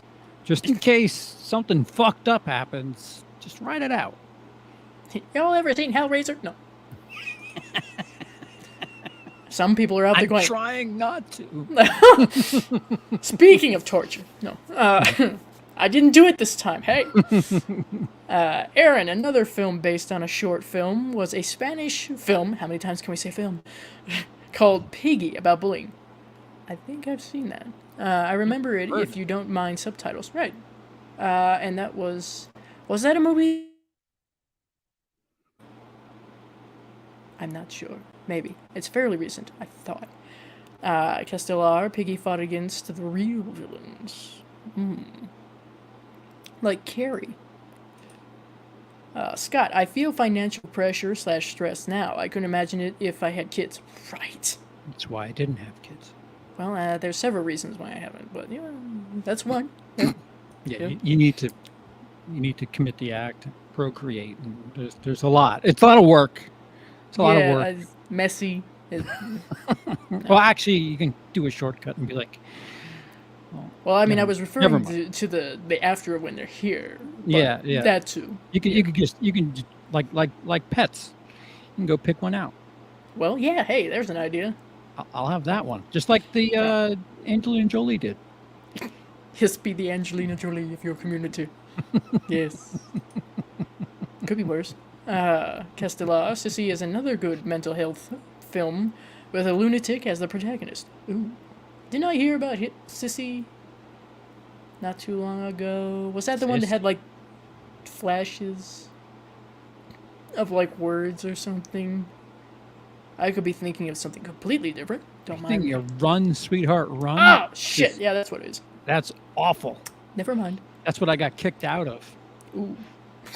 Blumhouse was telling me, run, Charles, run. I see it flashing on the screen. Suddenly you see your name. Nope. Scott, thank you both for being open and honest about very personal things. Yeah. Whatever anybody wants to talk about, of course. It's all for helping and hopefully, perhaps, maybe, possibly educating. Yeah, we're not alone. I think that's part of the problem, too, that people don't talk about things. Yeah, it's kept very hush-hush. Yeah, they think that they're going through this shit by themselves, and so many people they may not have the exact same experiences that you're going through, but there are certainly similar where you could be like, oh, all right, we actually, we're not exactly the same, but there's a couple of things where it's kind of parallel. It's good to hear that. That's it's amazing. Yeah, it's amazing how much just hearing someone go, oh, I had something similar or something almost exactly the same happen, how much that can help you. One of the big reasons why when I first dealt with a whole bunch of fucking mental health shit, that I had such a hard fucking time with it is because I didn't have the internet. I didn't have any way to communicate with anybody. Yeah. So that was fun. But now that we have the internet and yada yada yada, it makes it hopefully a lot easier. Yeah, we're always progressing too. I mean, just if you go back half a century, they would lock people up for. I think I like this type of person. Mental ward. What the fuck? Yeah. I mean, I've seen pictures of like some sort of plaque or list of what used to qualify as you're going to the padded room, and I'm like, well, I checked off about 10 of these. Anybody else? Yeah. It's another thing that Shutter Island. It's a great movie, but it's not a light watch, that's for sure. Not a casual little. Especially in the beginning, it's Martin Scorsese doesn't fuck around. And for him to do something in that genre is just incredible. Get on that. Okay. My watch list of over 2,000 films. Yeah, okay. I'll just, take that one off the shelf.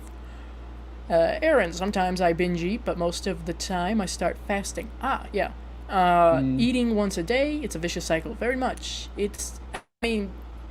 That, of course, relates to people who deal with eating disorders, and I can't necessarily speak directly on that, but I dipped a toe at one point in something like that, and yeah, it's not a good thing, because either you look for comfort in food as a foodie, or food just is not appealing to you, or you think you don't deserve food and thus won't eat, or something in relation to that. Not like I'm an expert on that. So yeah. Aren't they all sort of forms of either self-medication or self-punishment?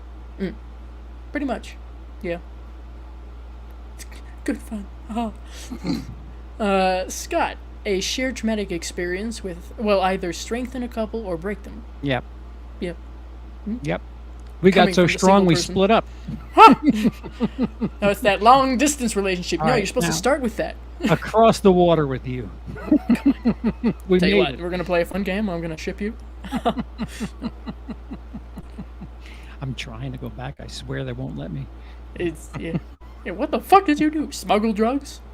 Shit. I should. I Yeah, apparently. shit, for the amount of times I've been arrested, I think they owe me, and they've stolen from me too. Ah. See? Heathrow, you hear that shit? Yeah, I think I'm owed an IOU brick of heroin to smuggle at the very They've least. got to have them somewhere. Okay, that and like maybe one of those wheel of cheeses from someplace, you know, like Have, like contraband maggots food. in or some shit. Ew. I hope not. Ooh. Yeah, but they're That's Swiss cheese. delectable or whatever. That legal video where he talks about all the cheeses that you can't. Yep. They're incredible in the country they come from, but Can't have cheese them anywhere might. else. Yeah. Don't want no cheese making it across that border. Castilla, horror is an outlet that exists to warn people about the dangers and the flaws of the real world. It shows a way to face the horror head on. Viewers are the visual survivors of visceral experiences. Very poetic. Yes. Sometimes they're used as metaphors for social things. Yeah. Like especially slashers. If you have sex before marriage, Then you're fucked. Yeah, In every way. Yeah, you drink, you do drugs. If you enjoy your life, yeah, fuck you. yeah. It was like this old school Christian way of giving you your comeuppance for doing the wrong thing. Some really, really dark fucking Old Testament shit.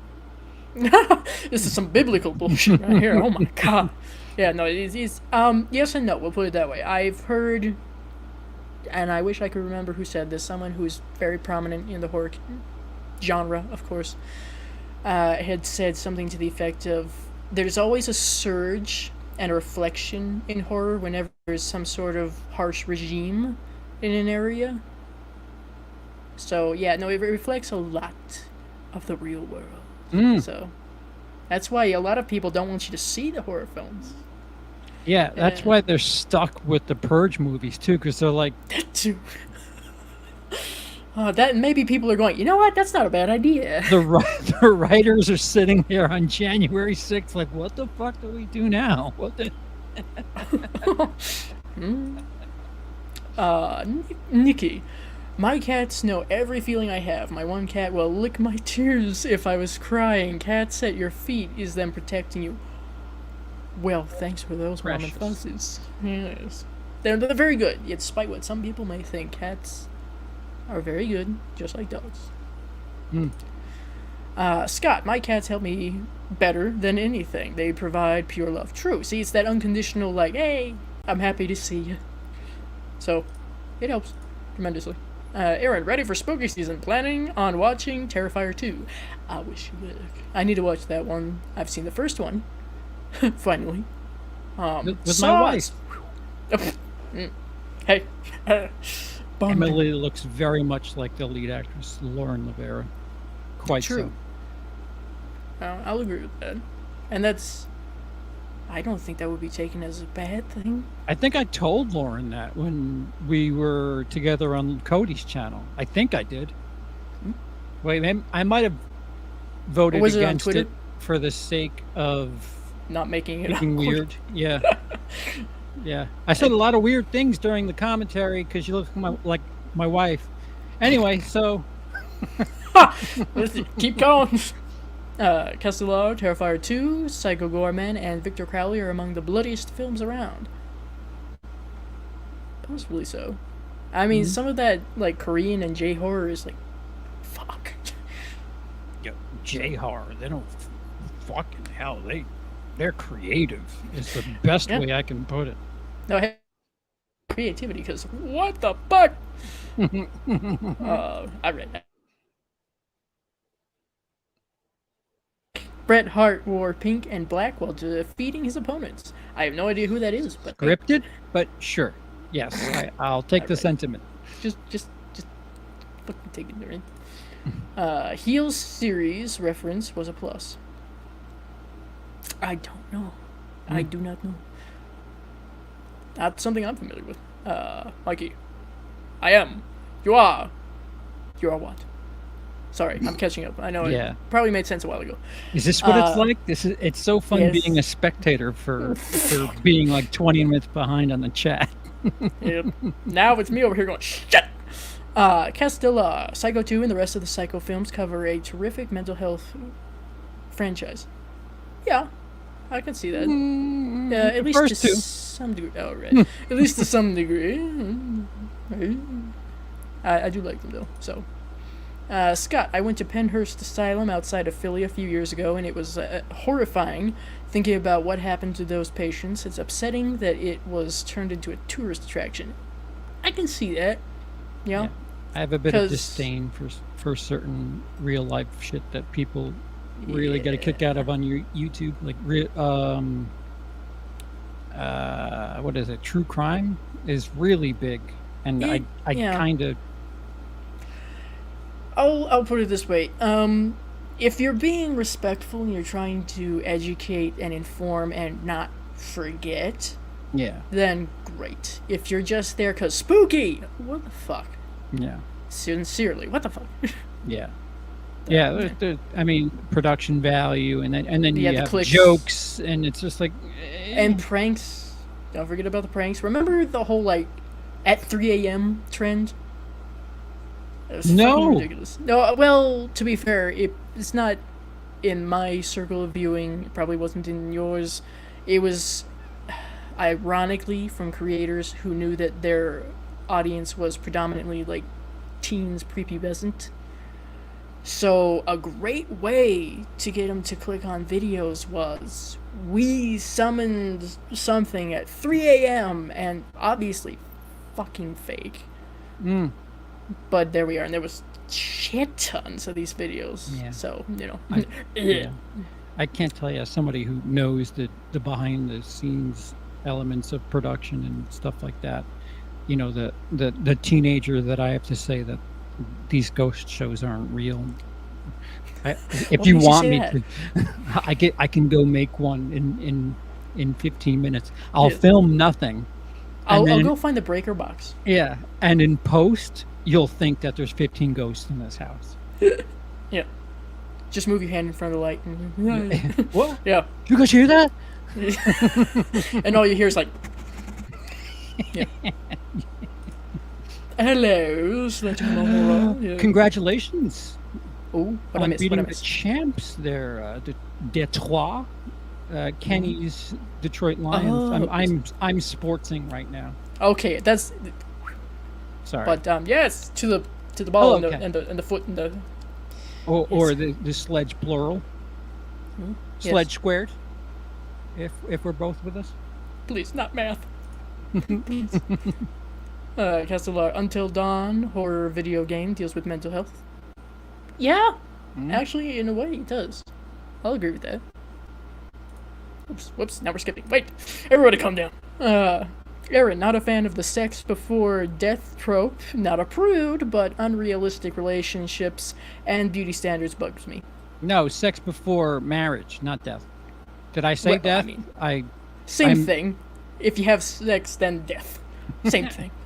Yeah, well, premarital sex is what I meant to say. Excuse me. Premarital sex. They're like ancient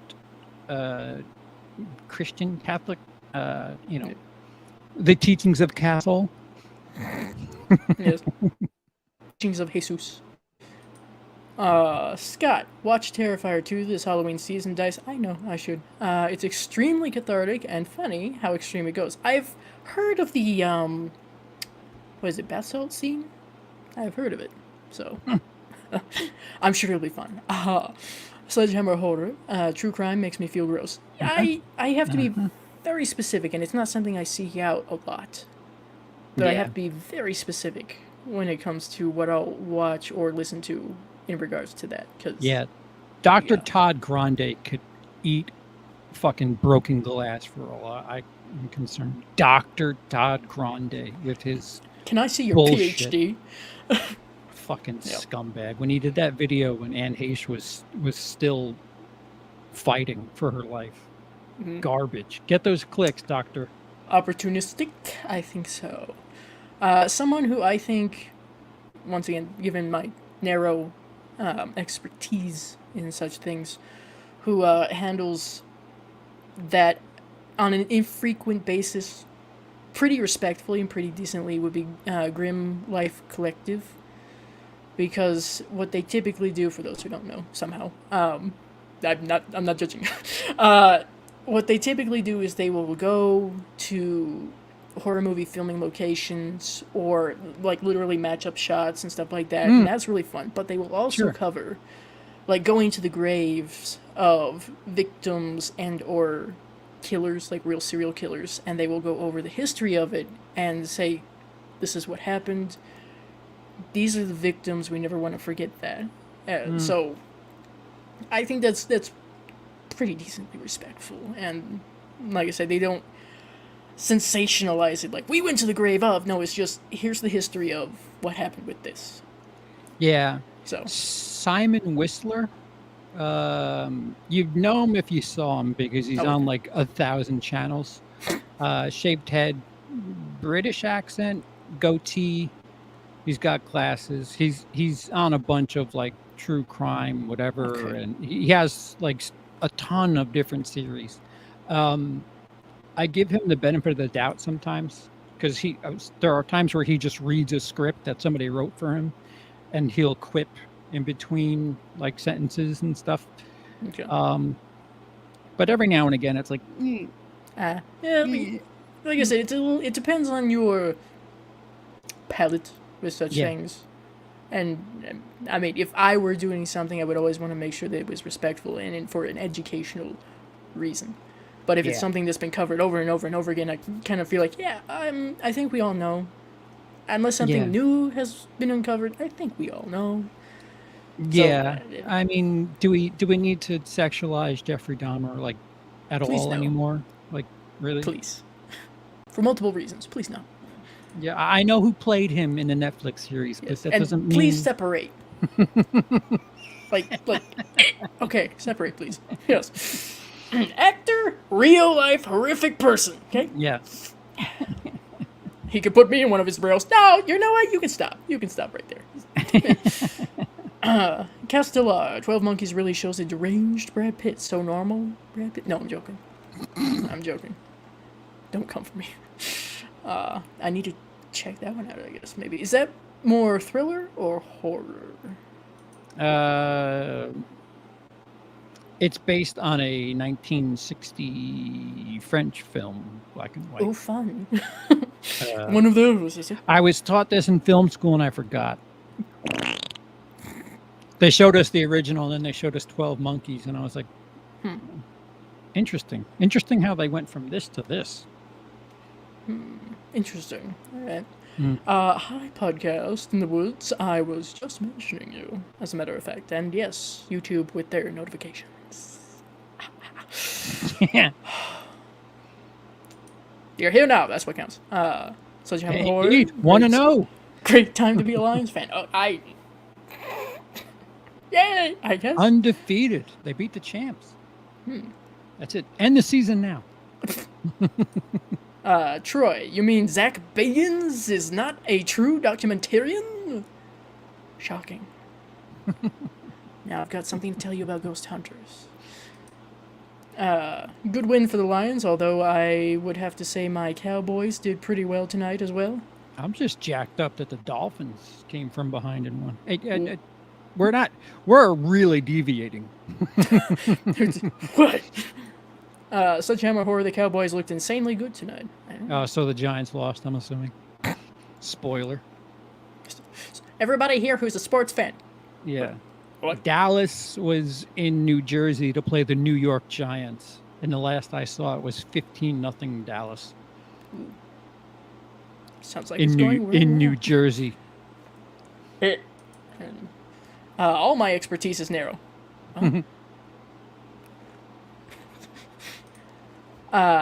Sledgehammer, or I shouldn't say it, makes me feel gross. The glorification of guys like Ted Bundy and Dahmer and dressing up like them makes me feel gross. Yeah, it's the sensationalization of horrific things, and then apparently forgetting about the horrific things. Let's not forget that the parents, like the mothers of a lot of Dahmer's victims, are still alive. Yeah. Yeah. And quite angry about that Netflix series too, mind you. I wouldn't be a misunderstanding of that. We'll put it that way. I get it. Castellar, Hell High Teacher, is a basket case and goes viciously insane on her patients. Hell High. See, there's a lot of these I have not heard of. It's an 80s horror movie, I think. Well, in that case. Yep. Yep. Sent twice. YouTube's been doing that a little bit. I've noticed recently. I don't know why. Nikki, I like true crime because it used to be news, but now the 24-hour news channels are bullshit, but it should be respectful. Yeah, at the very least, be respectful. If it bleeds, it leads. Oh, God. Castellar, Pamela Voorhees, deeply needed therapy. I understand her. Well, could be worse. Could be someone who says, I really relate to that guy from American Psycho. I don't. Do my sound things? You can't hear my sound. You can't hear you. I can hear you. Can you hear my sound cue? No, for some reason I can't. Is it? Jason was my son, and today is his birthday. Okay.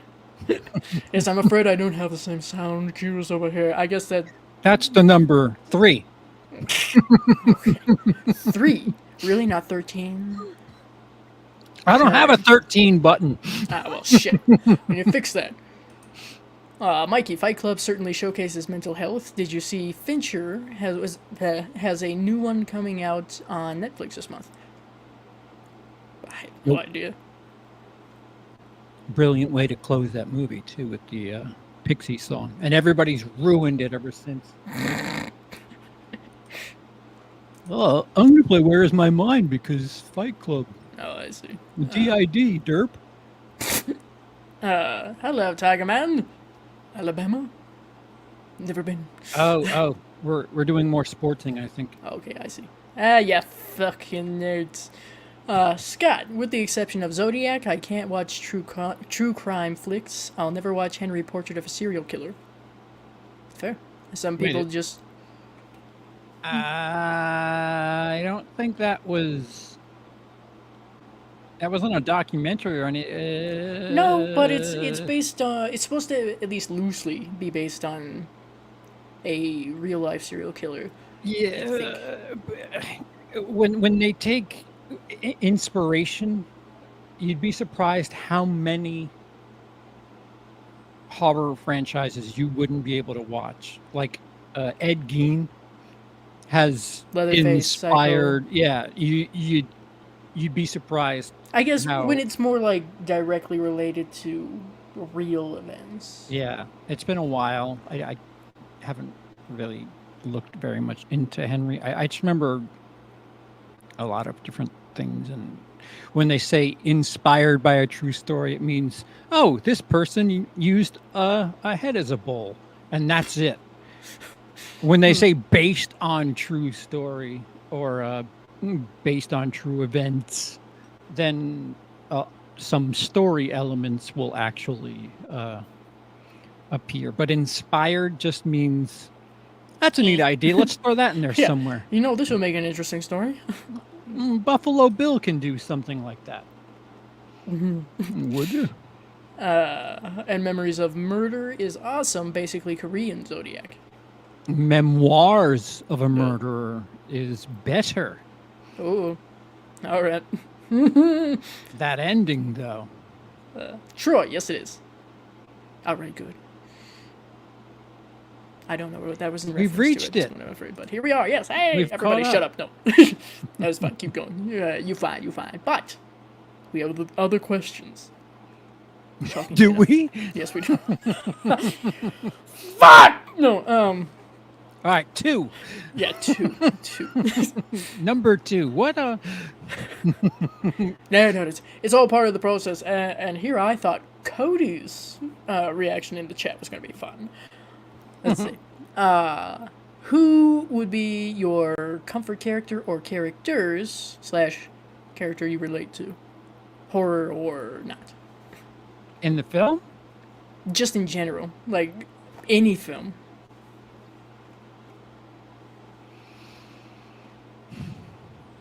For mental health? Or just wait.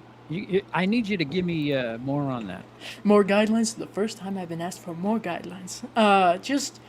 Well, like, I'll say that a character that I feel I relate to a lot and actually have been compared to is Frank Bannister from The Frighteners. So, it doesn't necessarily have to be mental You health. have to tie your chain to Michael J. Fox at every given opportunity.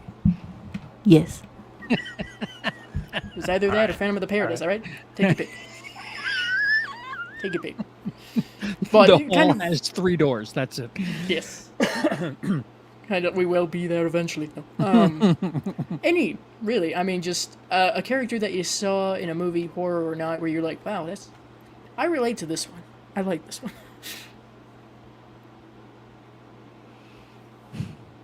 Doesn't have to be on the basis of mental health. Relatable character in a horror. Oh, boy. And nobody else has to relate to that character, just you.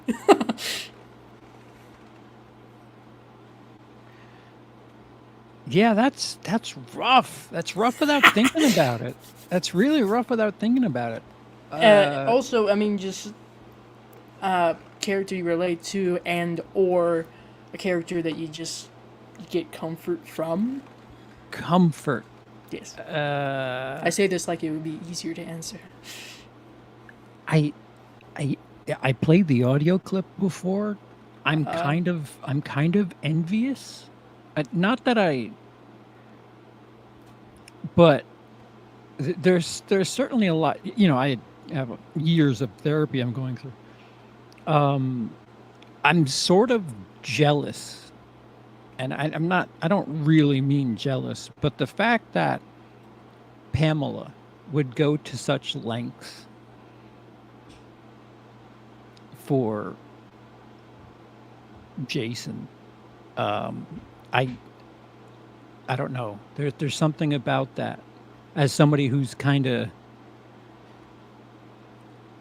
I don't know, you know, I don't know how to explain it.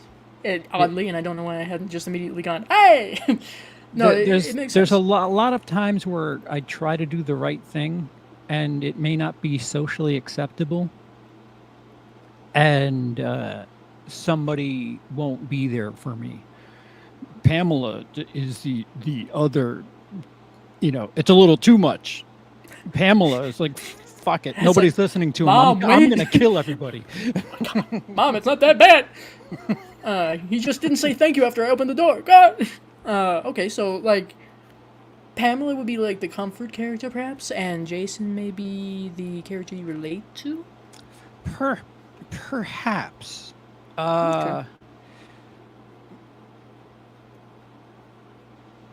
Is there a character that tries to warn people about things? And Pamela definitely maybe the comfort character.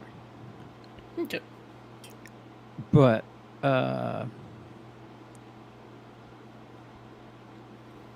yeah, I guess I'll I don't want to take Jason because it's so like on brand for me. They'll see it coming. Yeah. So teenage me will take the teenage character from Hereditary. Okay. Yeah, the older brother. Yeah. Because, you know, shit's just falling apart around you, and it's And what can you do? Yeah, I'm not talking about the climax of the movie, mind you. Like, you know, when he takes that fateful drive home and just goes to bed and is just It's not, mentally shut yeah, down. yeah, just clocked out. I've been there where it's just like, yeah, I the RAM is all full. We're not processing any more information today. Just come back later. Yeah, yeah. All right. Fair enough. Very intriguing. very difficult to associate with horror. Crazy Ralph was warning people. Yeah, Oh, that's true. Yeah, yeah. Crazy Ralph. That's honestly that's where mine was went. right. Yeah. Again, I don't want to stay in that one Friday the 13th. We're not trying to be thing. stereotypical. There's just so many times where, even just sticking with YouTube alone, I'm not even talking about like personal events where I've begged people to listen to me. I've said things that haven't been appropriate, but I was telling the truth. No. And I've been frowned upon. I'm not talking about like recent history. I'm talking Neither was I. There's a lot of like shit that gets kicked up about me that I'm a whatever. There's hashtags. And I say challenge me on it. Say so in court. And I'm over here going. Over here at the mod station, just yeah. People don't. This has nothing to do with anything. Again, is Jimmy Carter in any horror movie? Because I can relate to him and his final speech that he gave, or one of the last speeches he gave to America, and he basically said, "Guys, shit's bad, and we need to, you know, start acting like grown-ups." And America's like, nah. We want Reagan, and we well, go fucking get him. yeah. We've lost track of responsibility and dealing with real life, and America is really, really bad at not listening to the things they don't want to hear. Now, really? Yeah. And if you can find me a character in a horror movie that tells you the things that you don't want to hear, but is right, I'll relate to that person. Like I appreciate the fact that you gave two fictional characters, but also a president. Okay, fine, you get the points. All right. I'll find you the speech too, because Yeah. Jimmy Carter's like, guys, enough with the toys. we got to start painting roads and shit now. Cut it out. And Reagan's like, no, here's toys for everyone. Oh, what's that? The gays are having a problem? Oh, fuck the gays. Well, blame it on crack. Just blame it all on crack. Not only will we deny you healthcare that you so desperately need, but also I'm gonna make sure that everybody thinks that you're some.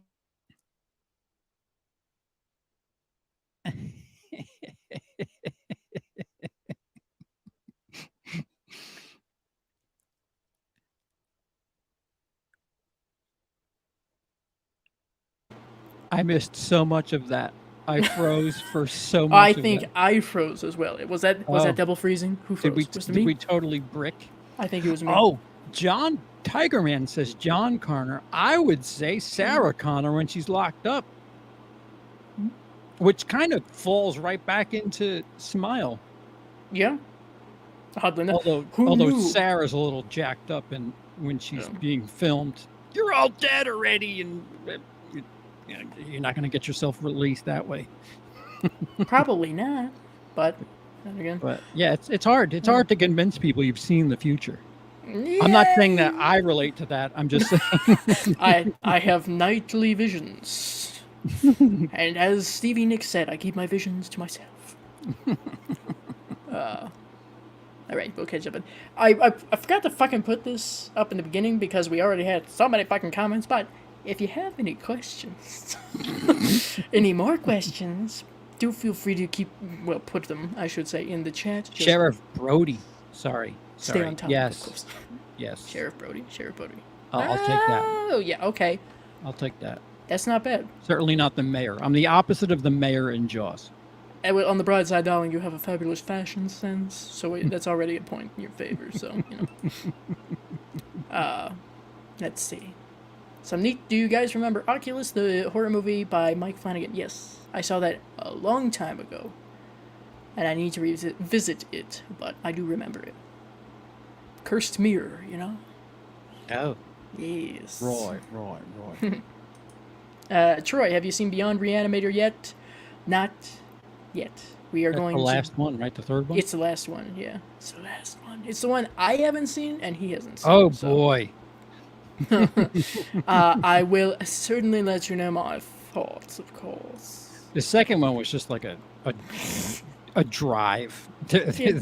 Just enjoy the ride, man. Yeah, there's nothing to it. Just don't put your hands out of the window or anything. Just stay in tight, okay? Yeah. So what sense are we making? None. Let's go. Don't question anything. Just keep your eyes on the screen. That's all. Do not look away. You'll miss something.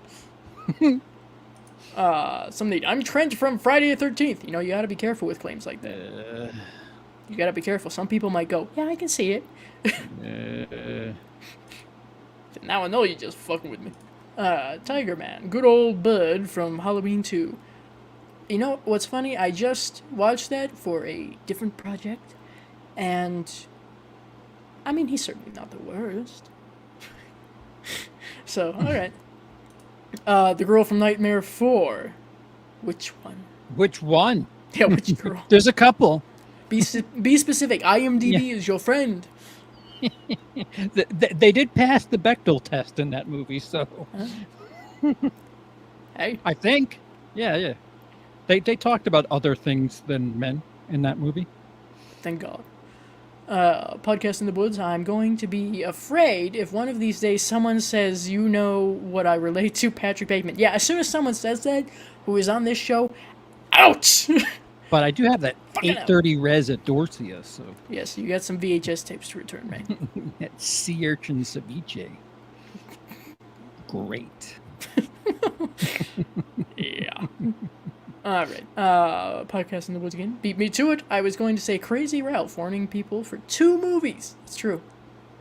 For 2 movies. Bless him. Nobody listened. Now I'm worried again about my psyche because I relate to quite a few horror characters. Yeah. Well, I mean, Dice fucked my shit up. I'm good at that. I'm very good at that. I consider it a talent, really. So, like that Barbara Walters interview, like, all right, so here's the hard question. Troy, what do you relate to, killers or victims? Makes a big difference. Fair. When you're watching the movie, you film school ruined a lot of things. As a kid, when I watched movies, it was just scary men in a mask. Film Let's see school what happens next. ruined so much of. I don't mean ruined. When I watch movies, there are certain things I'm looking for, and technical aspects, and they should have done this and they should have done that, which you can see me do in real time in a video I put up last week, and I've been ostracized for. But film school kind of makes you think about a few things, and then once you finish the movie, you try to take the journey that the director, the characters are taking you on, and then you think about things. And I've been really, there's been a lot of times where I've brought this up, and I've seen a video that's been released in the last 2 years or so where somebody says that Downfall, for those of you who don't know, Downfall is about like the last hours of the leader of Germany in World War II. And I said that I I think he's supposed to be the protagonist of that movie. The way that they frame that movie, because if you watch it and forget, again, you're watching a fictionalized version of something that really happened. The way they present it, because you never see anything outside this little bunker. He picks his secretary, and he's kind of sweet, and his first choice, she fucks up, and he's like, all right, calm down, take your time, whatever. I speak too fast sometimes, whatever. An awfully heartfelt, touching moment from somebody who is the furthest bit from what you would associate with those words. And the way that film is presented is somebody who's leading a country where a bunch of spineless people refuse to give him the truth, and he's frustrated. And there's a video that I refuse to watch because I might want to sue, and the last thing I want to do is sue about a YouTube video where a person makes the case that Adolf Hitler is the protagonist in a film. I'm sure that'll go well. Yeah, I don't really want to be litigious about that at all. And the jury went, well. The lawyer's like, you want to go through with this, huh? The lawyer's like, okay, so are you sure You it's won? not something else? But you can never work again. Well, that depends. How well did we win? He won his AdSense. Oh, God. Here's $48.12. Yeah. Great. YouTube's been holding that, But yeah, film school, or visual storytelling, and would, not just watching fucking Fast Furious 7 to just see things explode and shit like that. When you watch movies to kind of think about and take with you, you'd be surprised where your mind takes you and how you interpret things. It's quite interesting. Like I've come to the conclusion that I actually quite enjoyed Lost. A lot of people hate the television series Lost and how it ended. I'm quite all right with it after sitting with it for a bit. You hear that? Halloween ends, people? No. No, yeah, no, I have nothing to say about that. We have no thoughts. No thoughts. Thank you. Reaganomics, man. Reaganomics. Wasn't it a time? I say as someone who wasn't there. Scott, what's your favorite non-horror comfort movie? Major League. Inception. Okay. Of course. Now you give me shit.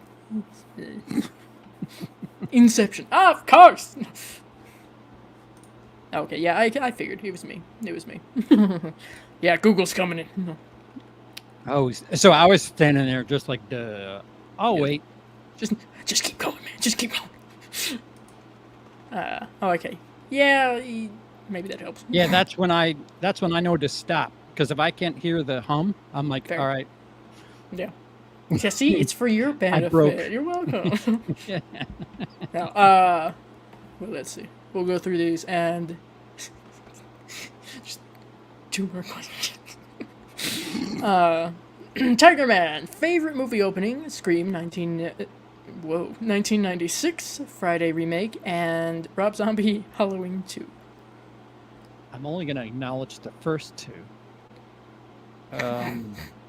The Friday remake could, if you wanted to summarize the Friday the 13th franchise in 20 minutes, it's the Friday prologue. It's the 2009 Friday remake prologue. That is the perfect, well-produced portrayal of the Friday the 13th franchise. Granted, you lose out on Betsy Palmer and her performance, but if you only got 20 minutes, If you have no clue what the fuck Friday the 13th is about. yeah, it's probably the best 20 minutes of Friday the 13th there is. A very close second is the opening to Scream, because I mean that changed slashers for a very long time. And how dare you even put that other thing there? What? The rule of threes. Alice. Oh, Alice. Okay. Thank you for the clarification right there. You gotta be sure. Can't make assumptions here. Scott, what were your favorite movies you discovered in film school? You know, as the one who's educated on cinema.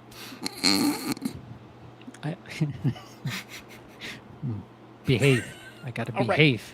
I was telling myself to behave. Either way. Well, Sid, it seems like I'm still going. I don't know if Dice is. Was it me that stopped or you? That was me. Okay. Keep All right, going! First thing we watched, day one, was Citizen Kane. Of course. And my film teacher said, "This is medicine. You may not like it, you may not want to see it, but you have to. This is medicine. We're going to refer to this movie for the next 4 years." And I didn't hate it. I'm Yeah. glad I watched it because of all of the references and all of this stuff. History. Yeah. There's a couple of movies that I quite enjoyed. I mean, well, the 12 Monkeys films, the French film. What the fuck is it called? Well, you know, you look through a lot of French films, so you know. Yeah. Today, Getting specific. I think film school they would be like, we didn't teach you to do this. There's other films from France, you know that, right? The prodigal son that went astray. Well, whatever the original is, fuck, that's so bad for this. The film that 12 Monkeys is based on, very, very interesting. There are quite a few movies that I discovered in film school that are amongst my favorite. That is a question indeed. Dog Day Afternoon. Very. I feel like there's this shift in storytelling in Hollywood films, and 1975 was when it happened. And Dog Day Afternoon was made in 75, based on a true story. Still kind of plays today, actually. The absurdity of it, if you were to watch it, all of the things just absolute chaos that happens in that movie, and a lot of it is true. If you were to remake Dog Day Afternoon today, you would have all of the right-wing YouTubers saying that this movie's woke. They're shoving An agenda. this bullshit woke agenda, not realizing that, you know, a big reveal in the movie is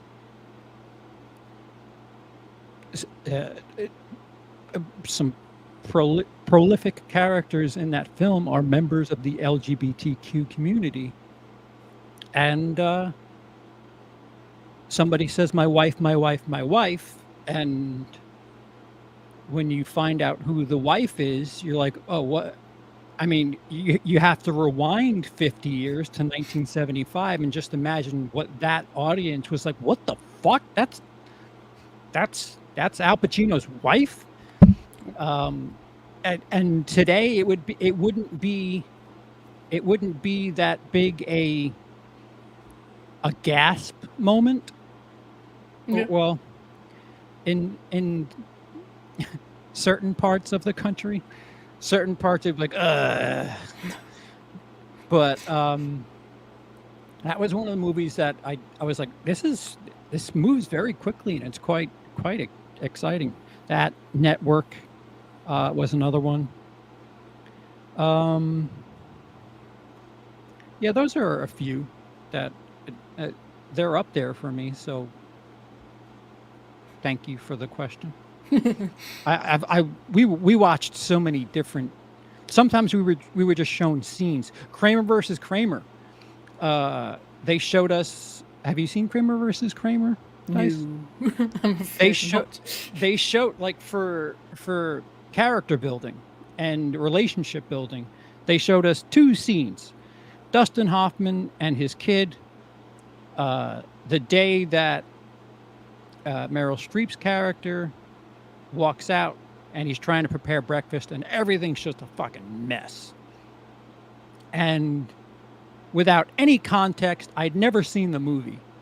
The teacher showed us a scene that happens later on when they've been living together for 6, 8 months, whatever, a year. And they're preparing the breakfast. And they're like in stride doing everything like they've done it 1,000 times before. And the parallels, it's I mean, I don't think it's changed since then, but the teacher did say this is one of, if not the best ways to literally show how relationships grow using the exact same thing, something as simple as making breakfast. And I'll have to find something as short as I'm the amount of things I have to show you based on what I'm talking about. I'm just gonna the fucking messengers. Bing, Yeah. bing, Yeah, cross off October because oh.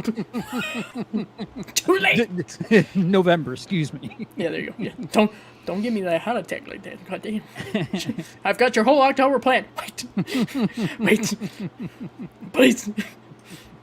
Podcast in the Woods. What is the worst film you have seen on a technical level? Is it a Budget, recent please. one? Budget, please. Budget. Ooh, yeah. What? Boomer. If this is Boomer, of course. I'm just assuming. Budget. Like big Hollywood or Hollywood film, independent film, no budget film. clarification, darling. I'm not going to count fan films. Nobody Okay. loves me, Tiger Man. You're adorable. Damn. Oh, Celise, I have screeners to Tuesdays. I have a spare screener ticket Tuesday in Manhattan. I want to say Lincoln Square.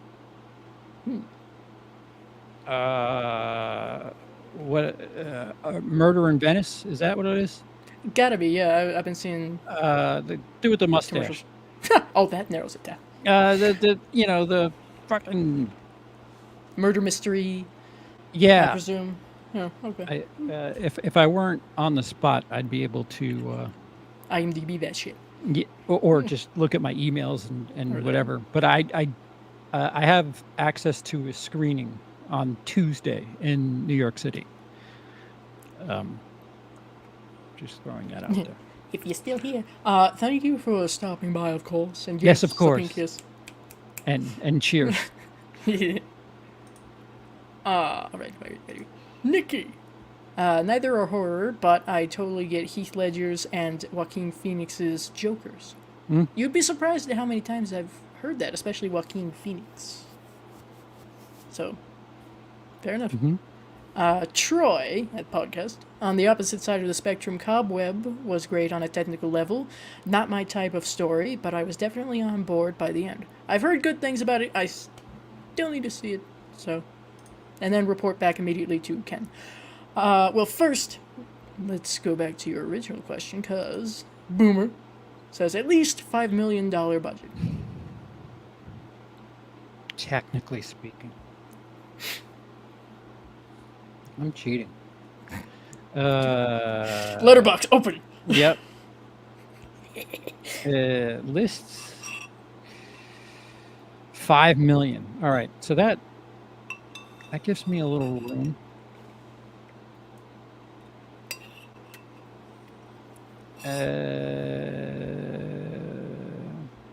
I mean, is it just like punching down, saying that anything Dinesh D'Souza has made? Does that count?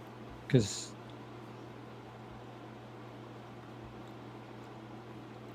I don't even know who that is. what was the budget for that awful movie that had the TikTok star in it? But once again, you would be surprised at how little that narrows it down.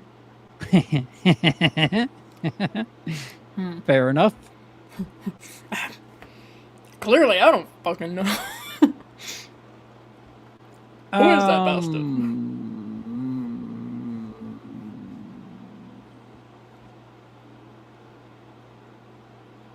5 million. Shit.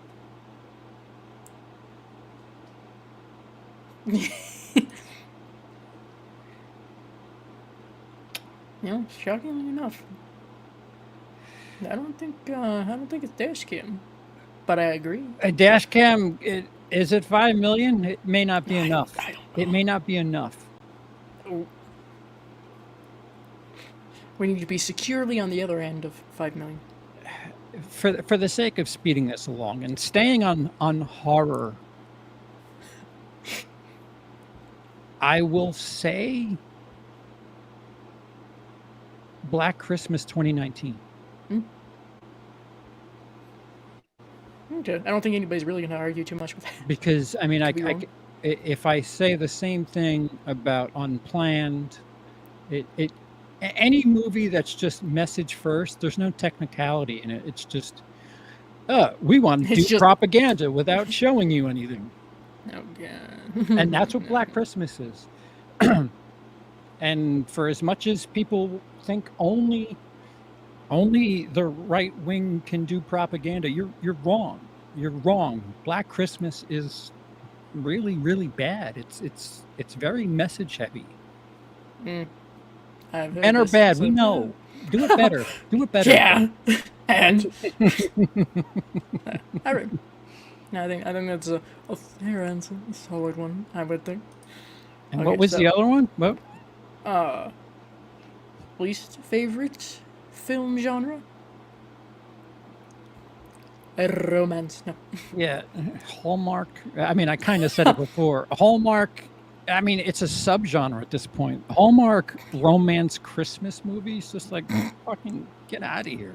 Stop. Please, we have enough. Please. I don't want to be single on Christmas. Is that the worst of your fucking problems? That is the character arc right there. Find boyfriend. Great. Isn't it? Did we already see this with Twilight? Are we done? Yeah. Now watch all the Twilight fans go. Twilight, actually, technically, there's quite a compliment in that movie. They used a magic carpet to portray speed. Yeah.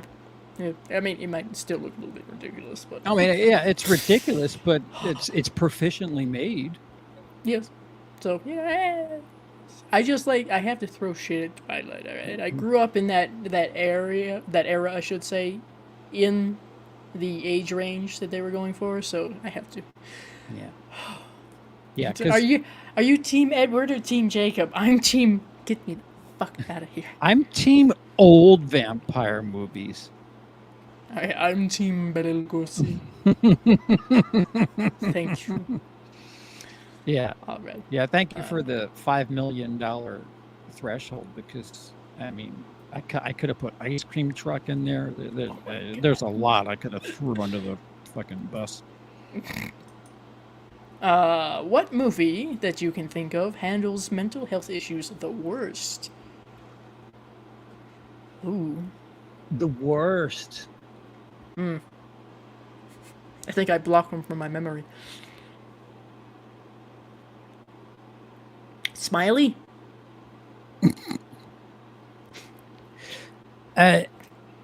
It's a half an answer, and again, it's it's not really the answer to the question, but another reason why you should see Shutter Island is they show you just how fucked the mental health or the system was dealing with mental health issues with these, like, DiCaprio's character gets fixated on a couple of pictures, and it's haunting. And these are, it's prison. These people didn't. Actually, I think some of them did commit crimes, but there's something wrong with them mentally. So, like, I'm not saying that, but it does shine a light on just how horribly our forefathers, our ancestors, have handled mental health issues. That's hard. That's really hard. Handles mental health issues the worst.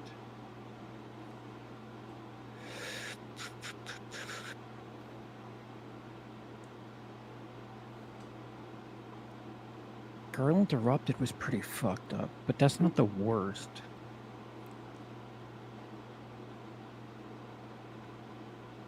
I don't know, with science and health, we're always learning. It's hard. That's a really hard question. Oh, perhaps we'll get back to you on that one. Perhaps a little bit later. Where is Opening up Letterboxd again. Yeah. Somewhere has to have a list of, like, worst mental health movies. Girl Interrupted is up there.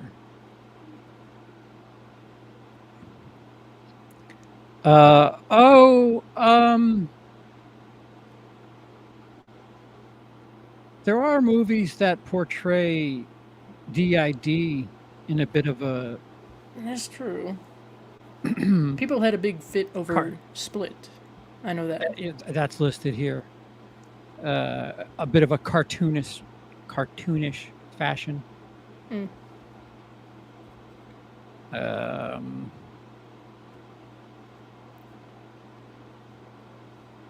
Yeah.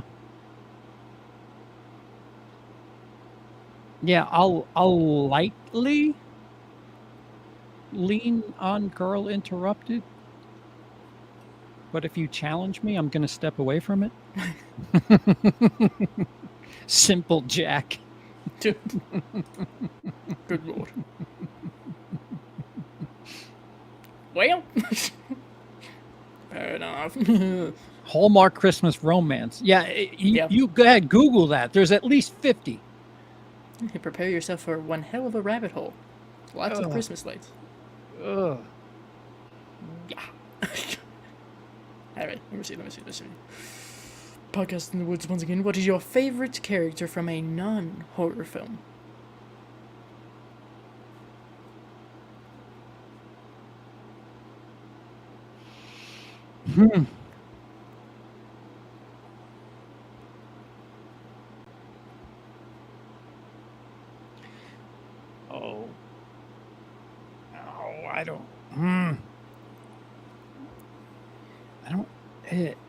I don't think like that. This is so hard. Be geeky, goddammit. Kylo Ren. There's me being geeky. He's got a nice fleshed out character and an arc. He's got trauma. Issues, trauma. Perhaps some parental issues. Yeah, a couple. Yeah. Okay. Yeah. Shockingly, Kylo Ren is not an unpopular answer. Take that for what you will. Yeah, if I had about a month's notice on some of these questions, I could really kill this, but... Comes out with the script. Yeah. It's hard. I think of movies and scenes and shit, and it's just like, character? What? See, you're thinking at it from the film school aspect. Yeah. Hey, welcome to the dweeb status for the rest of us. You know what? Oh. Character. John Cazale, you're like, it's brought me back to Dog Day Afternoon. Al Pacino, Donnie Brasco, his character in, Johnny Depp's character in Donnie Brasco is one of my more. No, I changed that. I'm just going to stick into the late 90s. Brad Pitt's character in the movie Sleepers. I'm just going on recent memory because my memory's dog shit. Brad Pitt's character in the movie Sleepers. All right. And if you I'm sure don't know anything of what several. I'm talking about, watch Sleepers. It is what The Sound of Freedom should be. That's all I'll There you say. Of course, I'm sure that's a long list. I But- sound so anti-right wing. Meanwhile, I'm like, if Christie makes it, I'll vote for him. Fuck it. Scott, Dog Day Afternoon is amazing. John Cazale, forgive me. John Cazale. Uh, In 5 films, all of them nominated for Best Picture. Plus, he was with Meryl Streep. So apparently, it's brilliant acting is an STD. you know, No, Scott, it was subtle. His accent in Sleepers was subtle. No. Brad Pitt's New York accent in Sleepers was awful, but great movie. Nah, he tucked it. He did quite well in Sleepers. I just watched it. I tend to disagree. Sean, Kramer versus Kramer is fantastic. Indeed.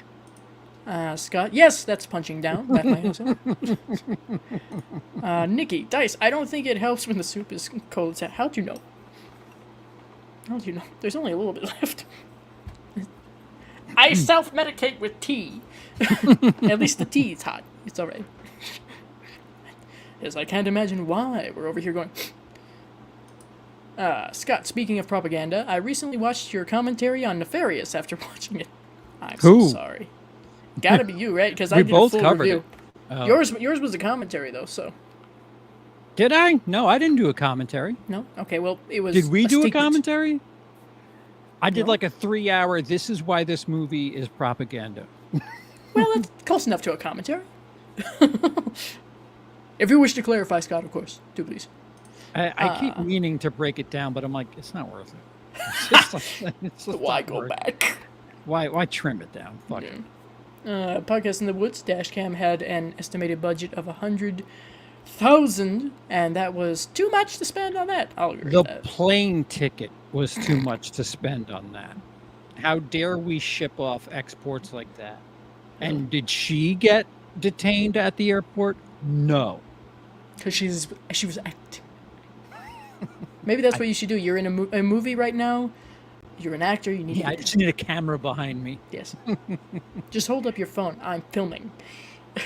British airports fucking hate me.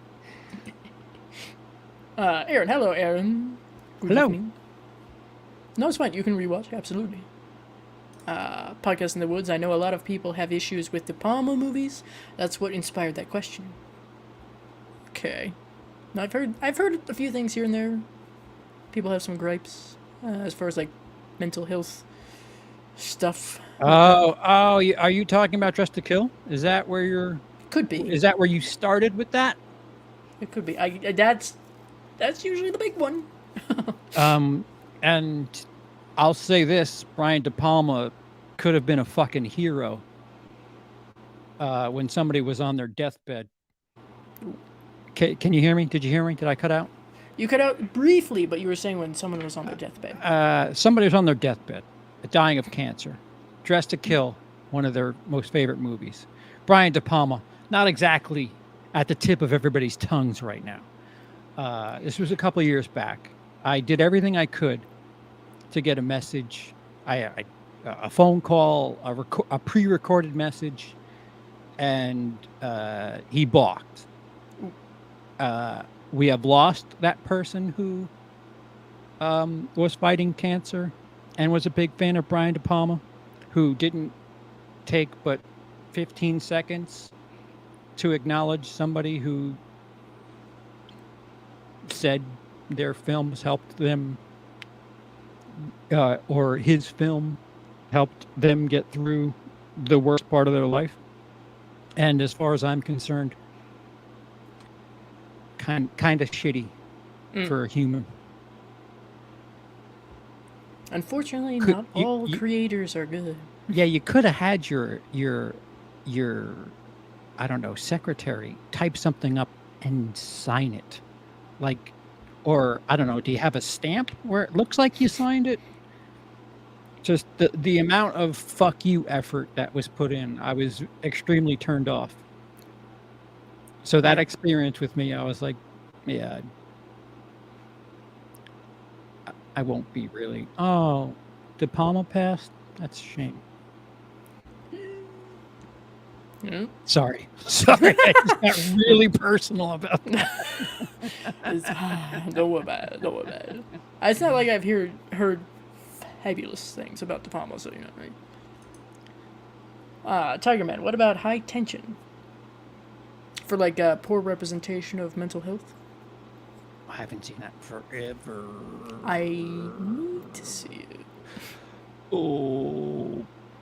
If you're into thrillers and some interesting movies, and Robert De Niro as a priest, Podcast in the Woods, lock it up.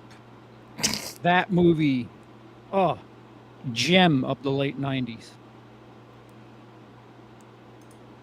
Well, I appreciate your questions. We'll put it that way. I appreciate if you're a podcast, you're kind of used to it. Well, I mean, sometimes we just pose the question of, but why did they make this film? Either way. Troy, Brad Pitt and Sleepers, a real sleeper pick, Rim Shot. But for real, anyone who hasn't seen it should do so. Indeed. Podcast in the Woods, also great in Snatch. Mm-hmm. Scott, he tried too hard. Agree to disagree. Don't make I'm too busy watching shitty movies right now. If this were November 2nd, I would find you 3 scenes where he really nails the New York accent subtly when he orders hot dogs. When he orders hot dogs from a street vendor. You can overdo it, you can underdo it, but he does it quite in the middle. Podcast in the Woods. I already left this comment on Dice's review, but I went into Nefarious knowing nothing but the synopsis, which sounded interesting. Quickly, I was like, weird, this movie's getting really preachy. Swiftly. They hit you over the head with a cross, darling. Sad, very sad. Then I realized, damn it, I'm in a Christian movie, aren't I? Yep. From the folks that brought you Unplanned. Yep. And God's Not Dead. All 3 of them. Oh no, wait. I think Unplanned is Angel Studios. There's too many of them. Whatever, it's the people who did it. yeah. Fucking same writers, Whatever. I think. If they don't differentiate, why should we? Troy, yes, you were. It can sneak up on you sometimes. And Scott, hot dog. That hot dog. Hot dog. With that I forget ketchup. what he says. A mustard. Napkin. I'll get you the exact fucking line. Like he does it. Like he calls Robert De Niro's character father. You can go hard like father. That's like a hard five boroughs New York accent. My father. But he leans on it. Like he holds back on it. He says father. Fuck it. Thanks, Scott. Now I have that as something to.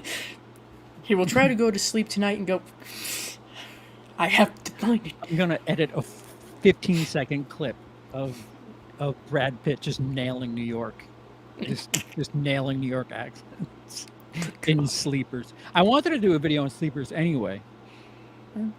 Good excuse, I guess. Well, in contrast to Sound of Freedom, but yeah. Well, that's always a good point. Let's contrast that. All right, so if anybody has any more questions, of course, you can go ahead and leave them. We'll get to those before we end. Of course, we have just... I forgot to ask this before. I fucking skipped it. What the fuck? What are some horror movies that you avoid? Horror movies that I avoid?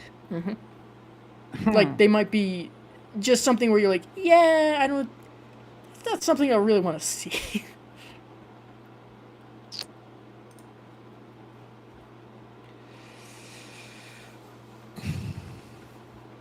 Found footage. If I could avoid found footage, I will. It's not everyone's favorite. I know that. Yeah. Like Not I'm my I'm favorite not either. completely against it. You can win me over. But Dash cam certainly is not the way to do that. yeah, I mean Missing and the movie prior to it, where like everything happened on the computer screen. Oh, that was movie that Unfriended? Yeah, Unfriended. That movie gets shit on quite a bit, but I need to revisit it. I think it's creative. In 20 years it'll be dated, but it was Probably. People now are probably looking at how like Facebook looked and went, "What? yeah. YouTube doesn't look like that." Not The fuck now. is Twitter? Oh. The children born in the X era. Why is there a blue bird where the X should be? The black X. Great. Now we're gonna have to go. All right, children, sit down. I have a story to tell you. Yeah, things that that try to capitalize. The Nun 2 does not need to exist. There does not need to be a Conjuring universe.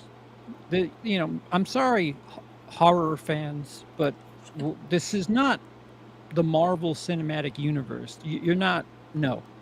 But what about the Conjuring verse? No. No. Stop it. No. Yeah. Well, let's put it this way. I like the fictional Warrens better than the real ones. So. Yeah. I love that it was a Raggedy Ann doll too, and they're like, no, here's something fucked. Look at this. This is something that would just immediately be off-putting. Let's use that. As if a Raggedy Ann doll in certain situations would not already be off-putting. Okay. All right, fair enough. And the final question. Ooh. For $500. No. What would you like to say to anyone who is listening, who is dealing with something similar to what is portrayed in Smile? Whoa, one more time? What would you like to say to anyone who's listening, who's dealing with stuff that's similar to what's portrayed in Smile?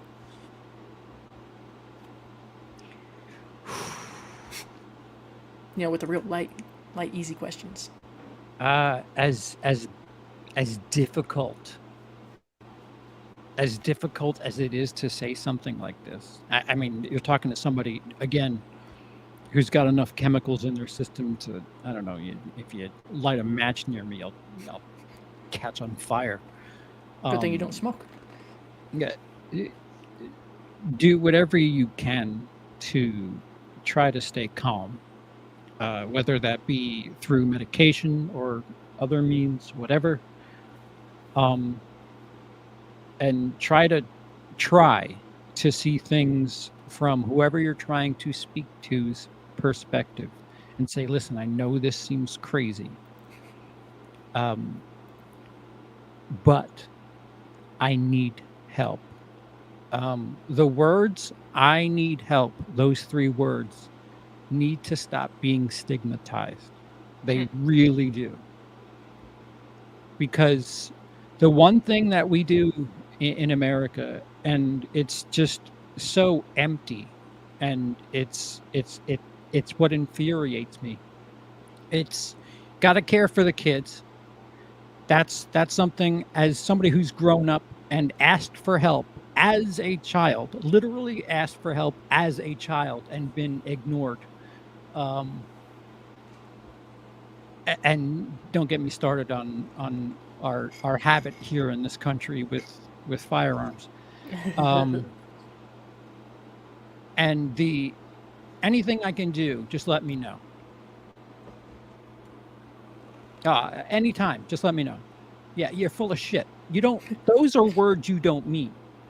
When somebody comes to you and or says, "I need help," take them seriously. It is the best thing I can say to somebody. When people say it's a cry for help, well, fucking answer it then. Or at least help direct them to someone who is prepared to help. Yeah, if you don't have the tools, try to get them to somebody who does. Fuck.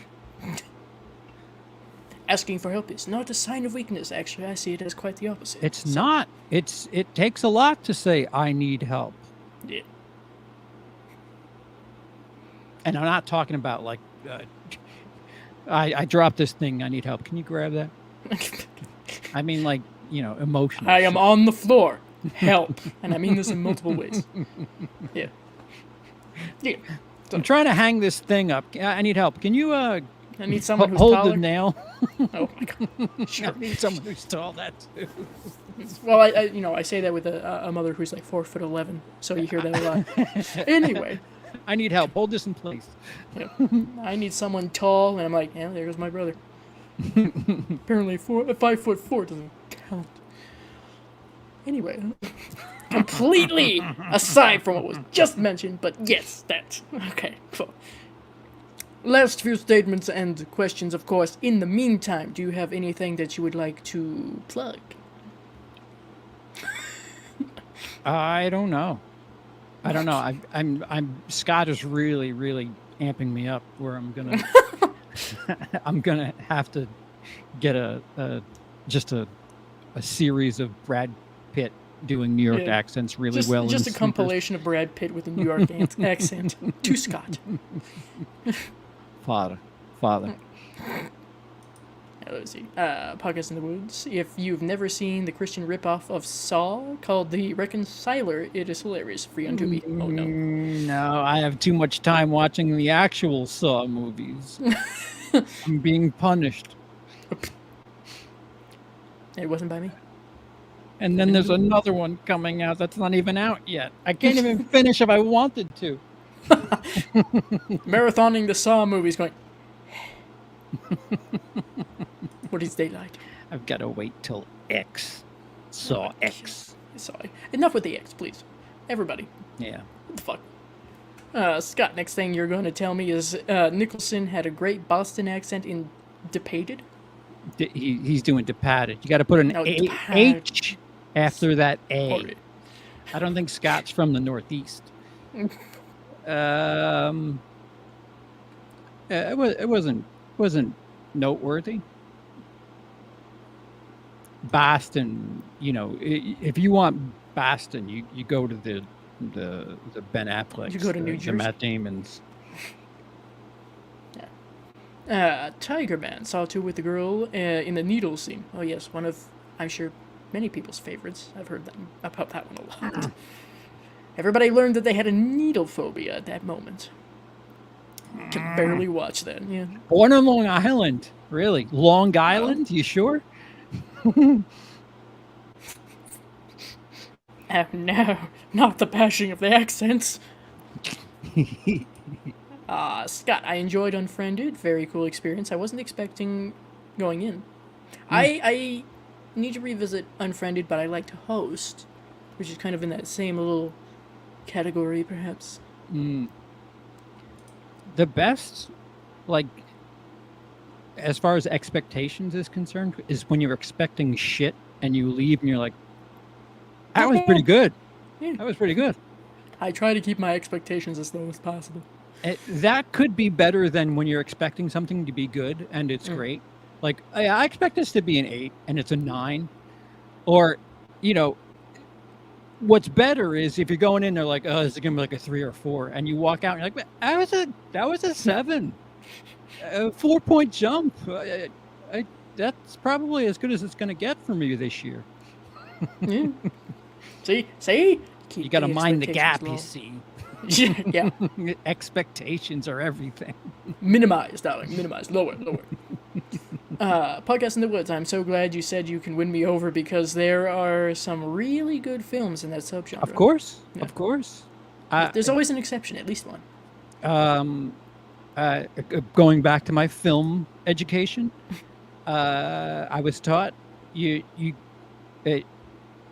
more often than not with the mentality that films are 90 minutes. You can give a movie Hear that, 30 Hollywood? minutes. 30 minutes. By the end of the first act, you should know what's going on and whether or not you want to keep carrying on with the story. Call that the hook. Yes. Yeah. Okay. What is the moment that brings us to conflict? The inciting incident. There you go. Yeah. Yes.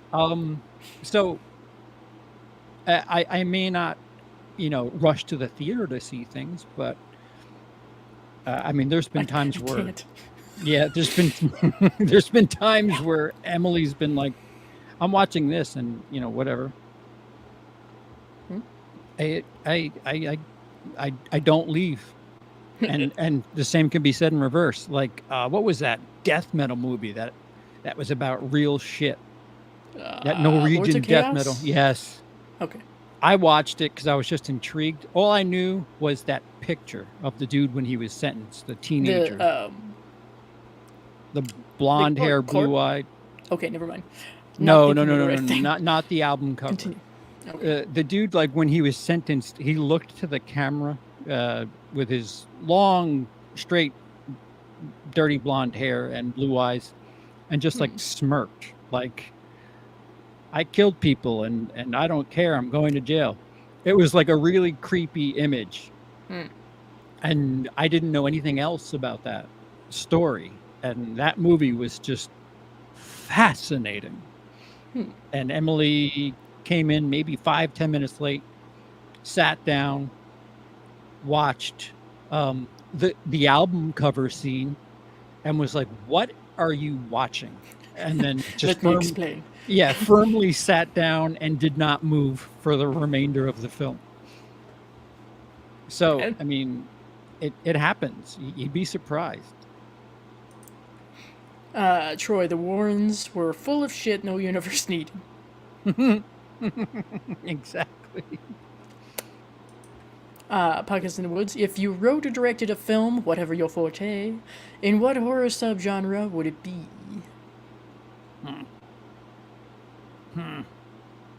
Could I make the script that I've reobtained the rights to? Can I make that a horror movie? Would that be I mean, too at this woke? point, almost anything. That'd be too woke, right? Oh, sure. Yeah, totally. Woman breathes in movie. Woke. And I mean, I have scripts. I tend to, as somebody who sold. I don't know if you know this. I'm a professional comedian, so I've sold material that I've written. So I tend to lean in the comedy side. There's stuff that You can combine. Yeah, I've recently reobtained the rights to something that was quite fascinating and is so much more relevant now ever since Me Too. But I don't know how I'd make that horror.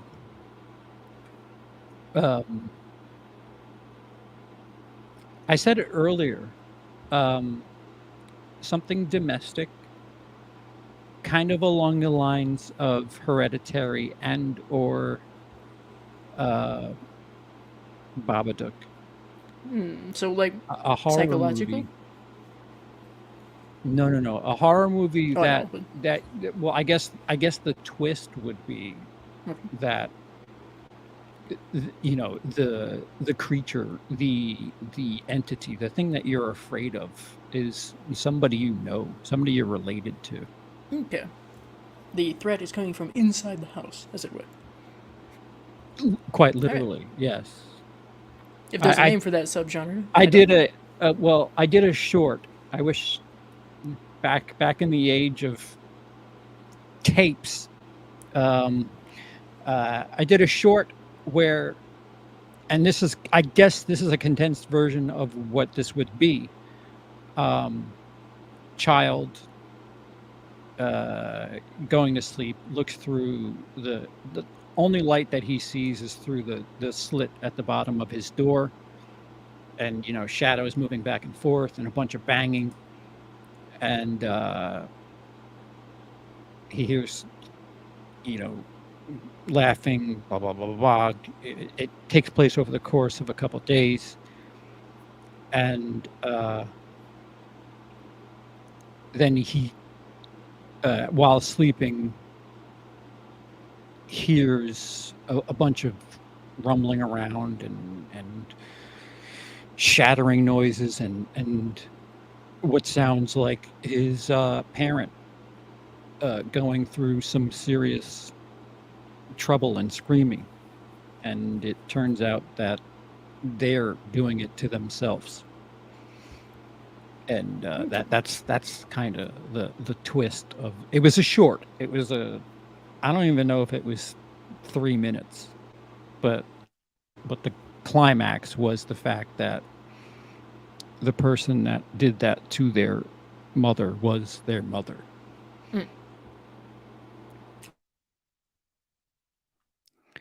Am I who did it? Am I dead or are you dead? Internet sucks everywhere. I don't know which. What a terrible time for who froze? Was it you? Me. Yeah. I hate it because I say stupid shit when I think it's not shit. me. I think it would make an interesting short. People like horror shorts. It would seem. No, I shot it. I just didn't keep it. Man. Yeah. I probably would have reworked it too. Whatever.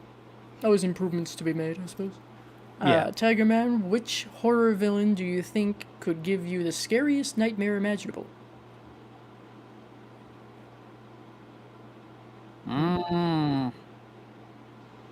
Terrifier? Art the Clown? Horror villain, scariest nightmare imaginable. Ooh, Ronald McDonald. No. I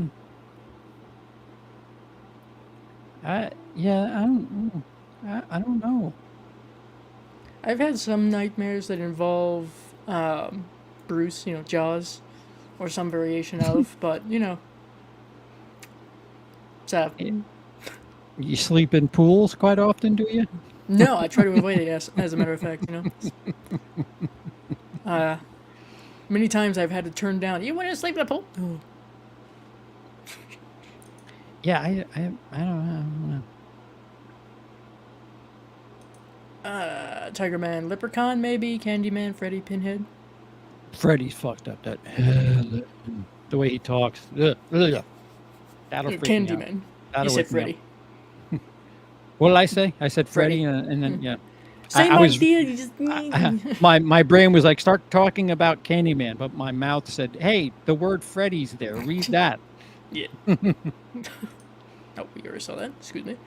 Thank you both again for discussing this important topic and being so open. I will push off. CP, you need to make a flick. I have, and I've walked away.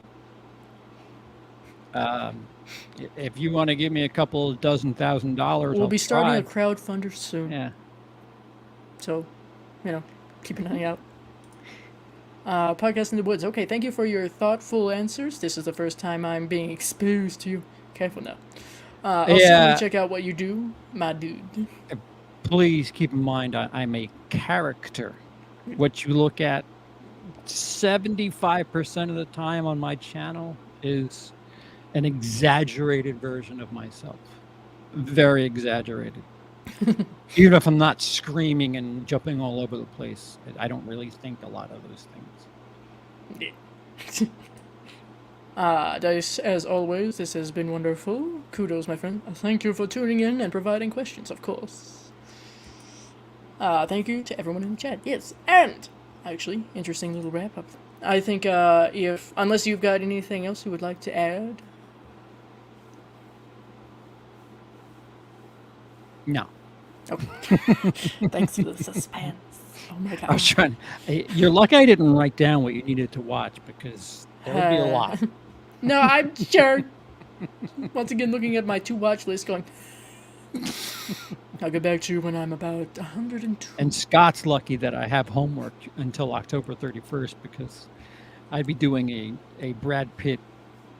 I would devote a video to Brad Pitt's New York accent. Full zoom-ins for dramatic effect and everything. All right. Well, with that, everyone, I appreciate you all sticking with us here, leaving your comments, your feedback, always appreciated. Engaging. God damn it, engagement. Share. Get Dice monetized for fuck's sake. Yeah, I'm still. I'm not monetized. I'm working on it. Watch long.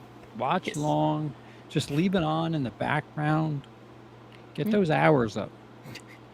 We do appreciate Blaze. You know, we're almost there. I swear to God, we're just a few 100 hours of watch time away, and then we'll see if YouTube decides if I'm worthy or not.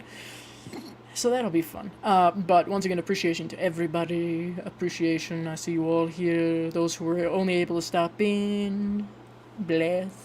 I don't know who I'm going to be having on in the next episode, but that will probably be perhaps sometime in October. Depends on what I'm able to work out. But once again, I will announce to you guys as soon as I know and have it confirmed.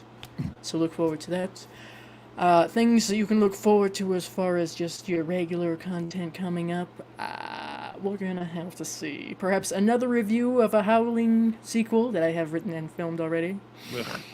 After that, for spooky season, we're gonna see how much of this we can cover. So, look forward or not to that. We are trying. We gotta get this. We gotta. Are you happy now? In other delightful news, happy 9/11, everyone. Oh Jeez. God. Well, where I am. All right, you're in the future. That's all right. That's all right. I'm almost there. But, thank you, of course, once again to my guest for joining me. Anytime. Yeah. Right. And with that, anything else comes up, you guys will be the first to know. Once again, links to Charles's things in the description. Careful now. Careful. Watch. Shutter Island and Sleepers. Those. That's your homework, everybody. There you go. Shutter Island and Sleepers. Very different movies. It's your cinematic little bit of homework to do there. Interesting double feature if you wish, but Yeah, please don't. Yeah, you'll really need I don't know.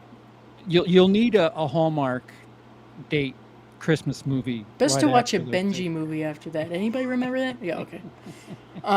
So, with that, again, appreciation all around to everybody. Sleepers. Yes. Good night, Charlie. Thank you. And if you will stick with me, my friend, after we do this, we No. have the lovely little outro. Okay, well, fine. Fuck me then. I will not. Why do that not? neither.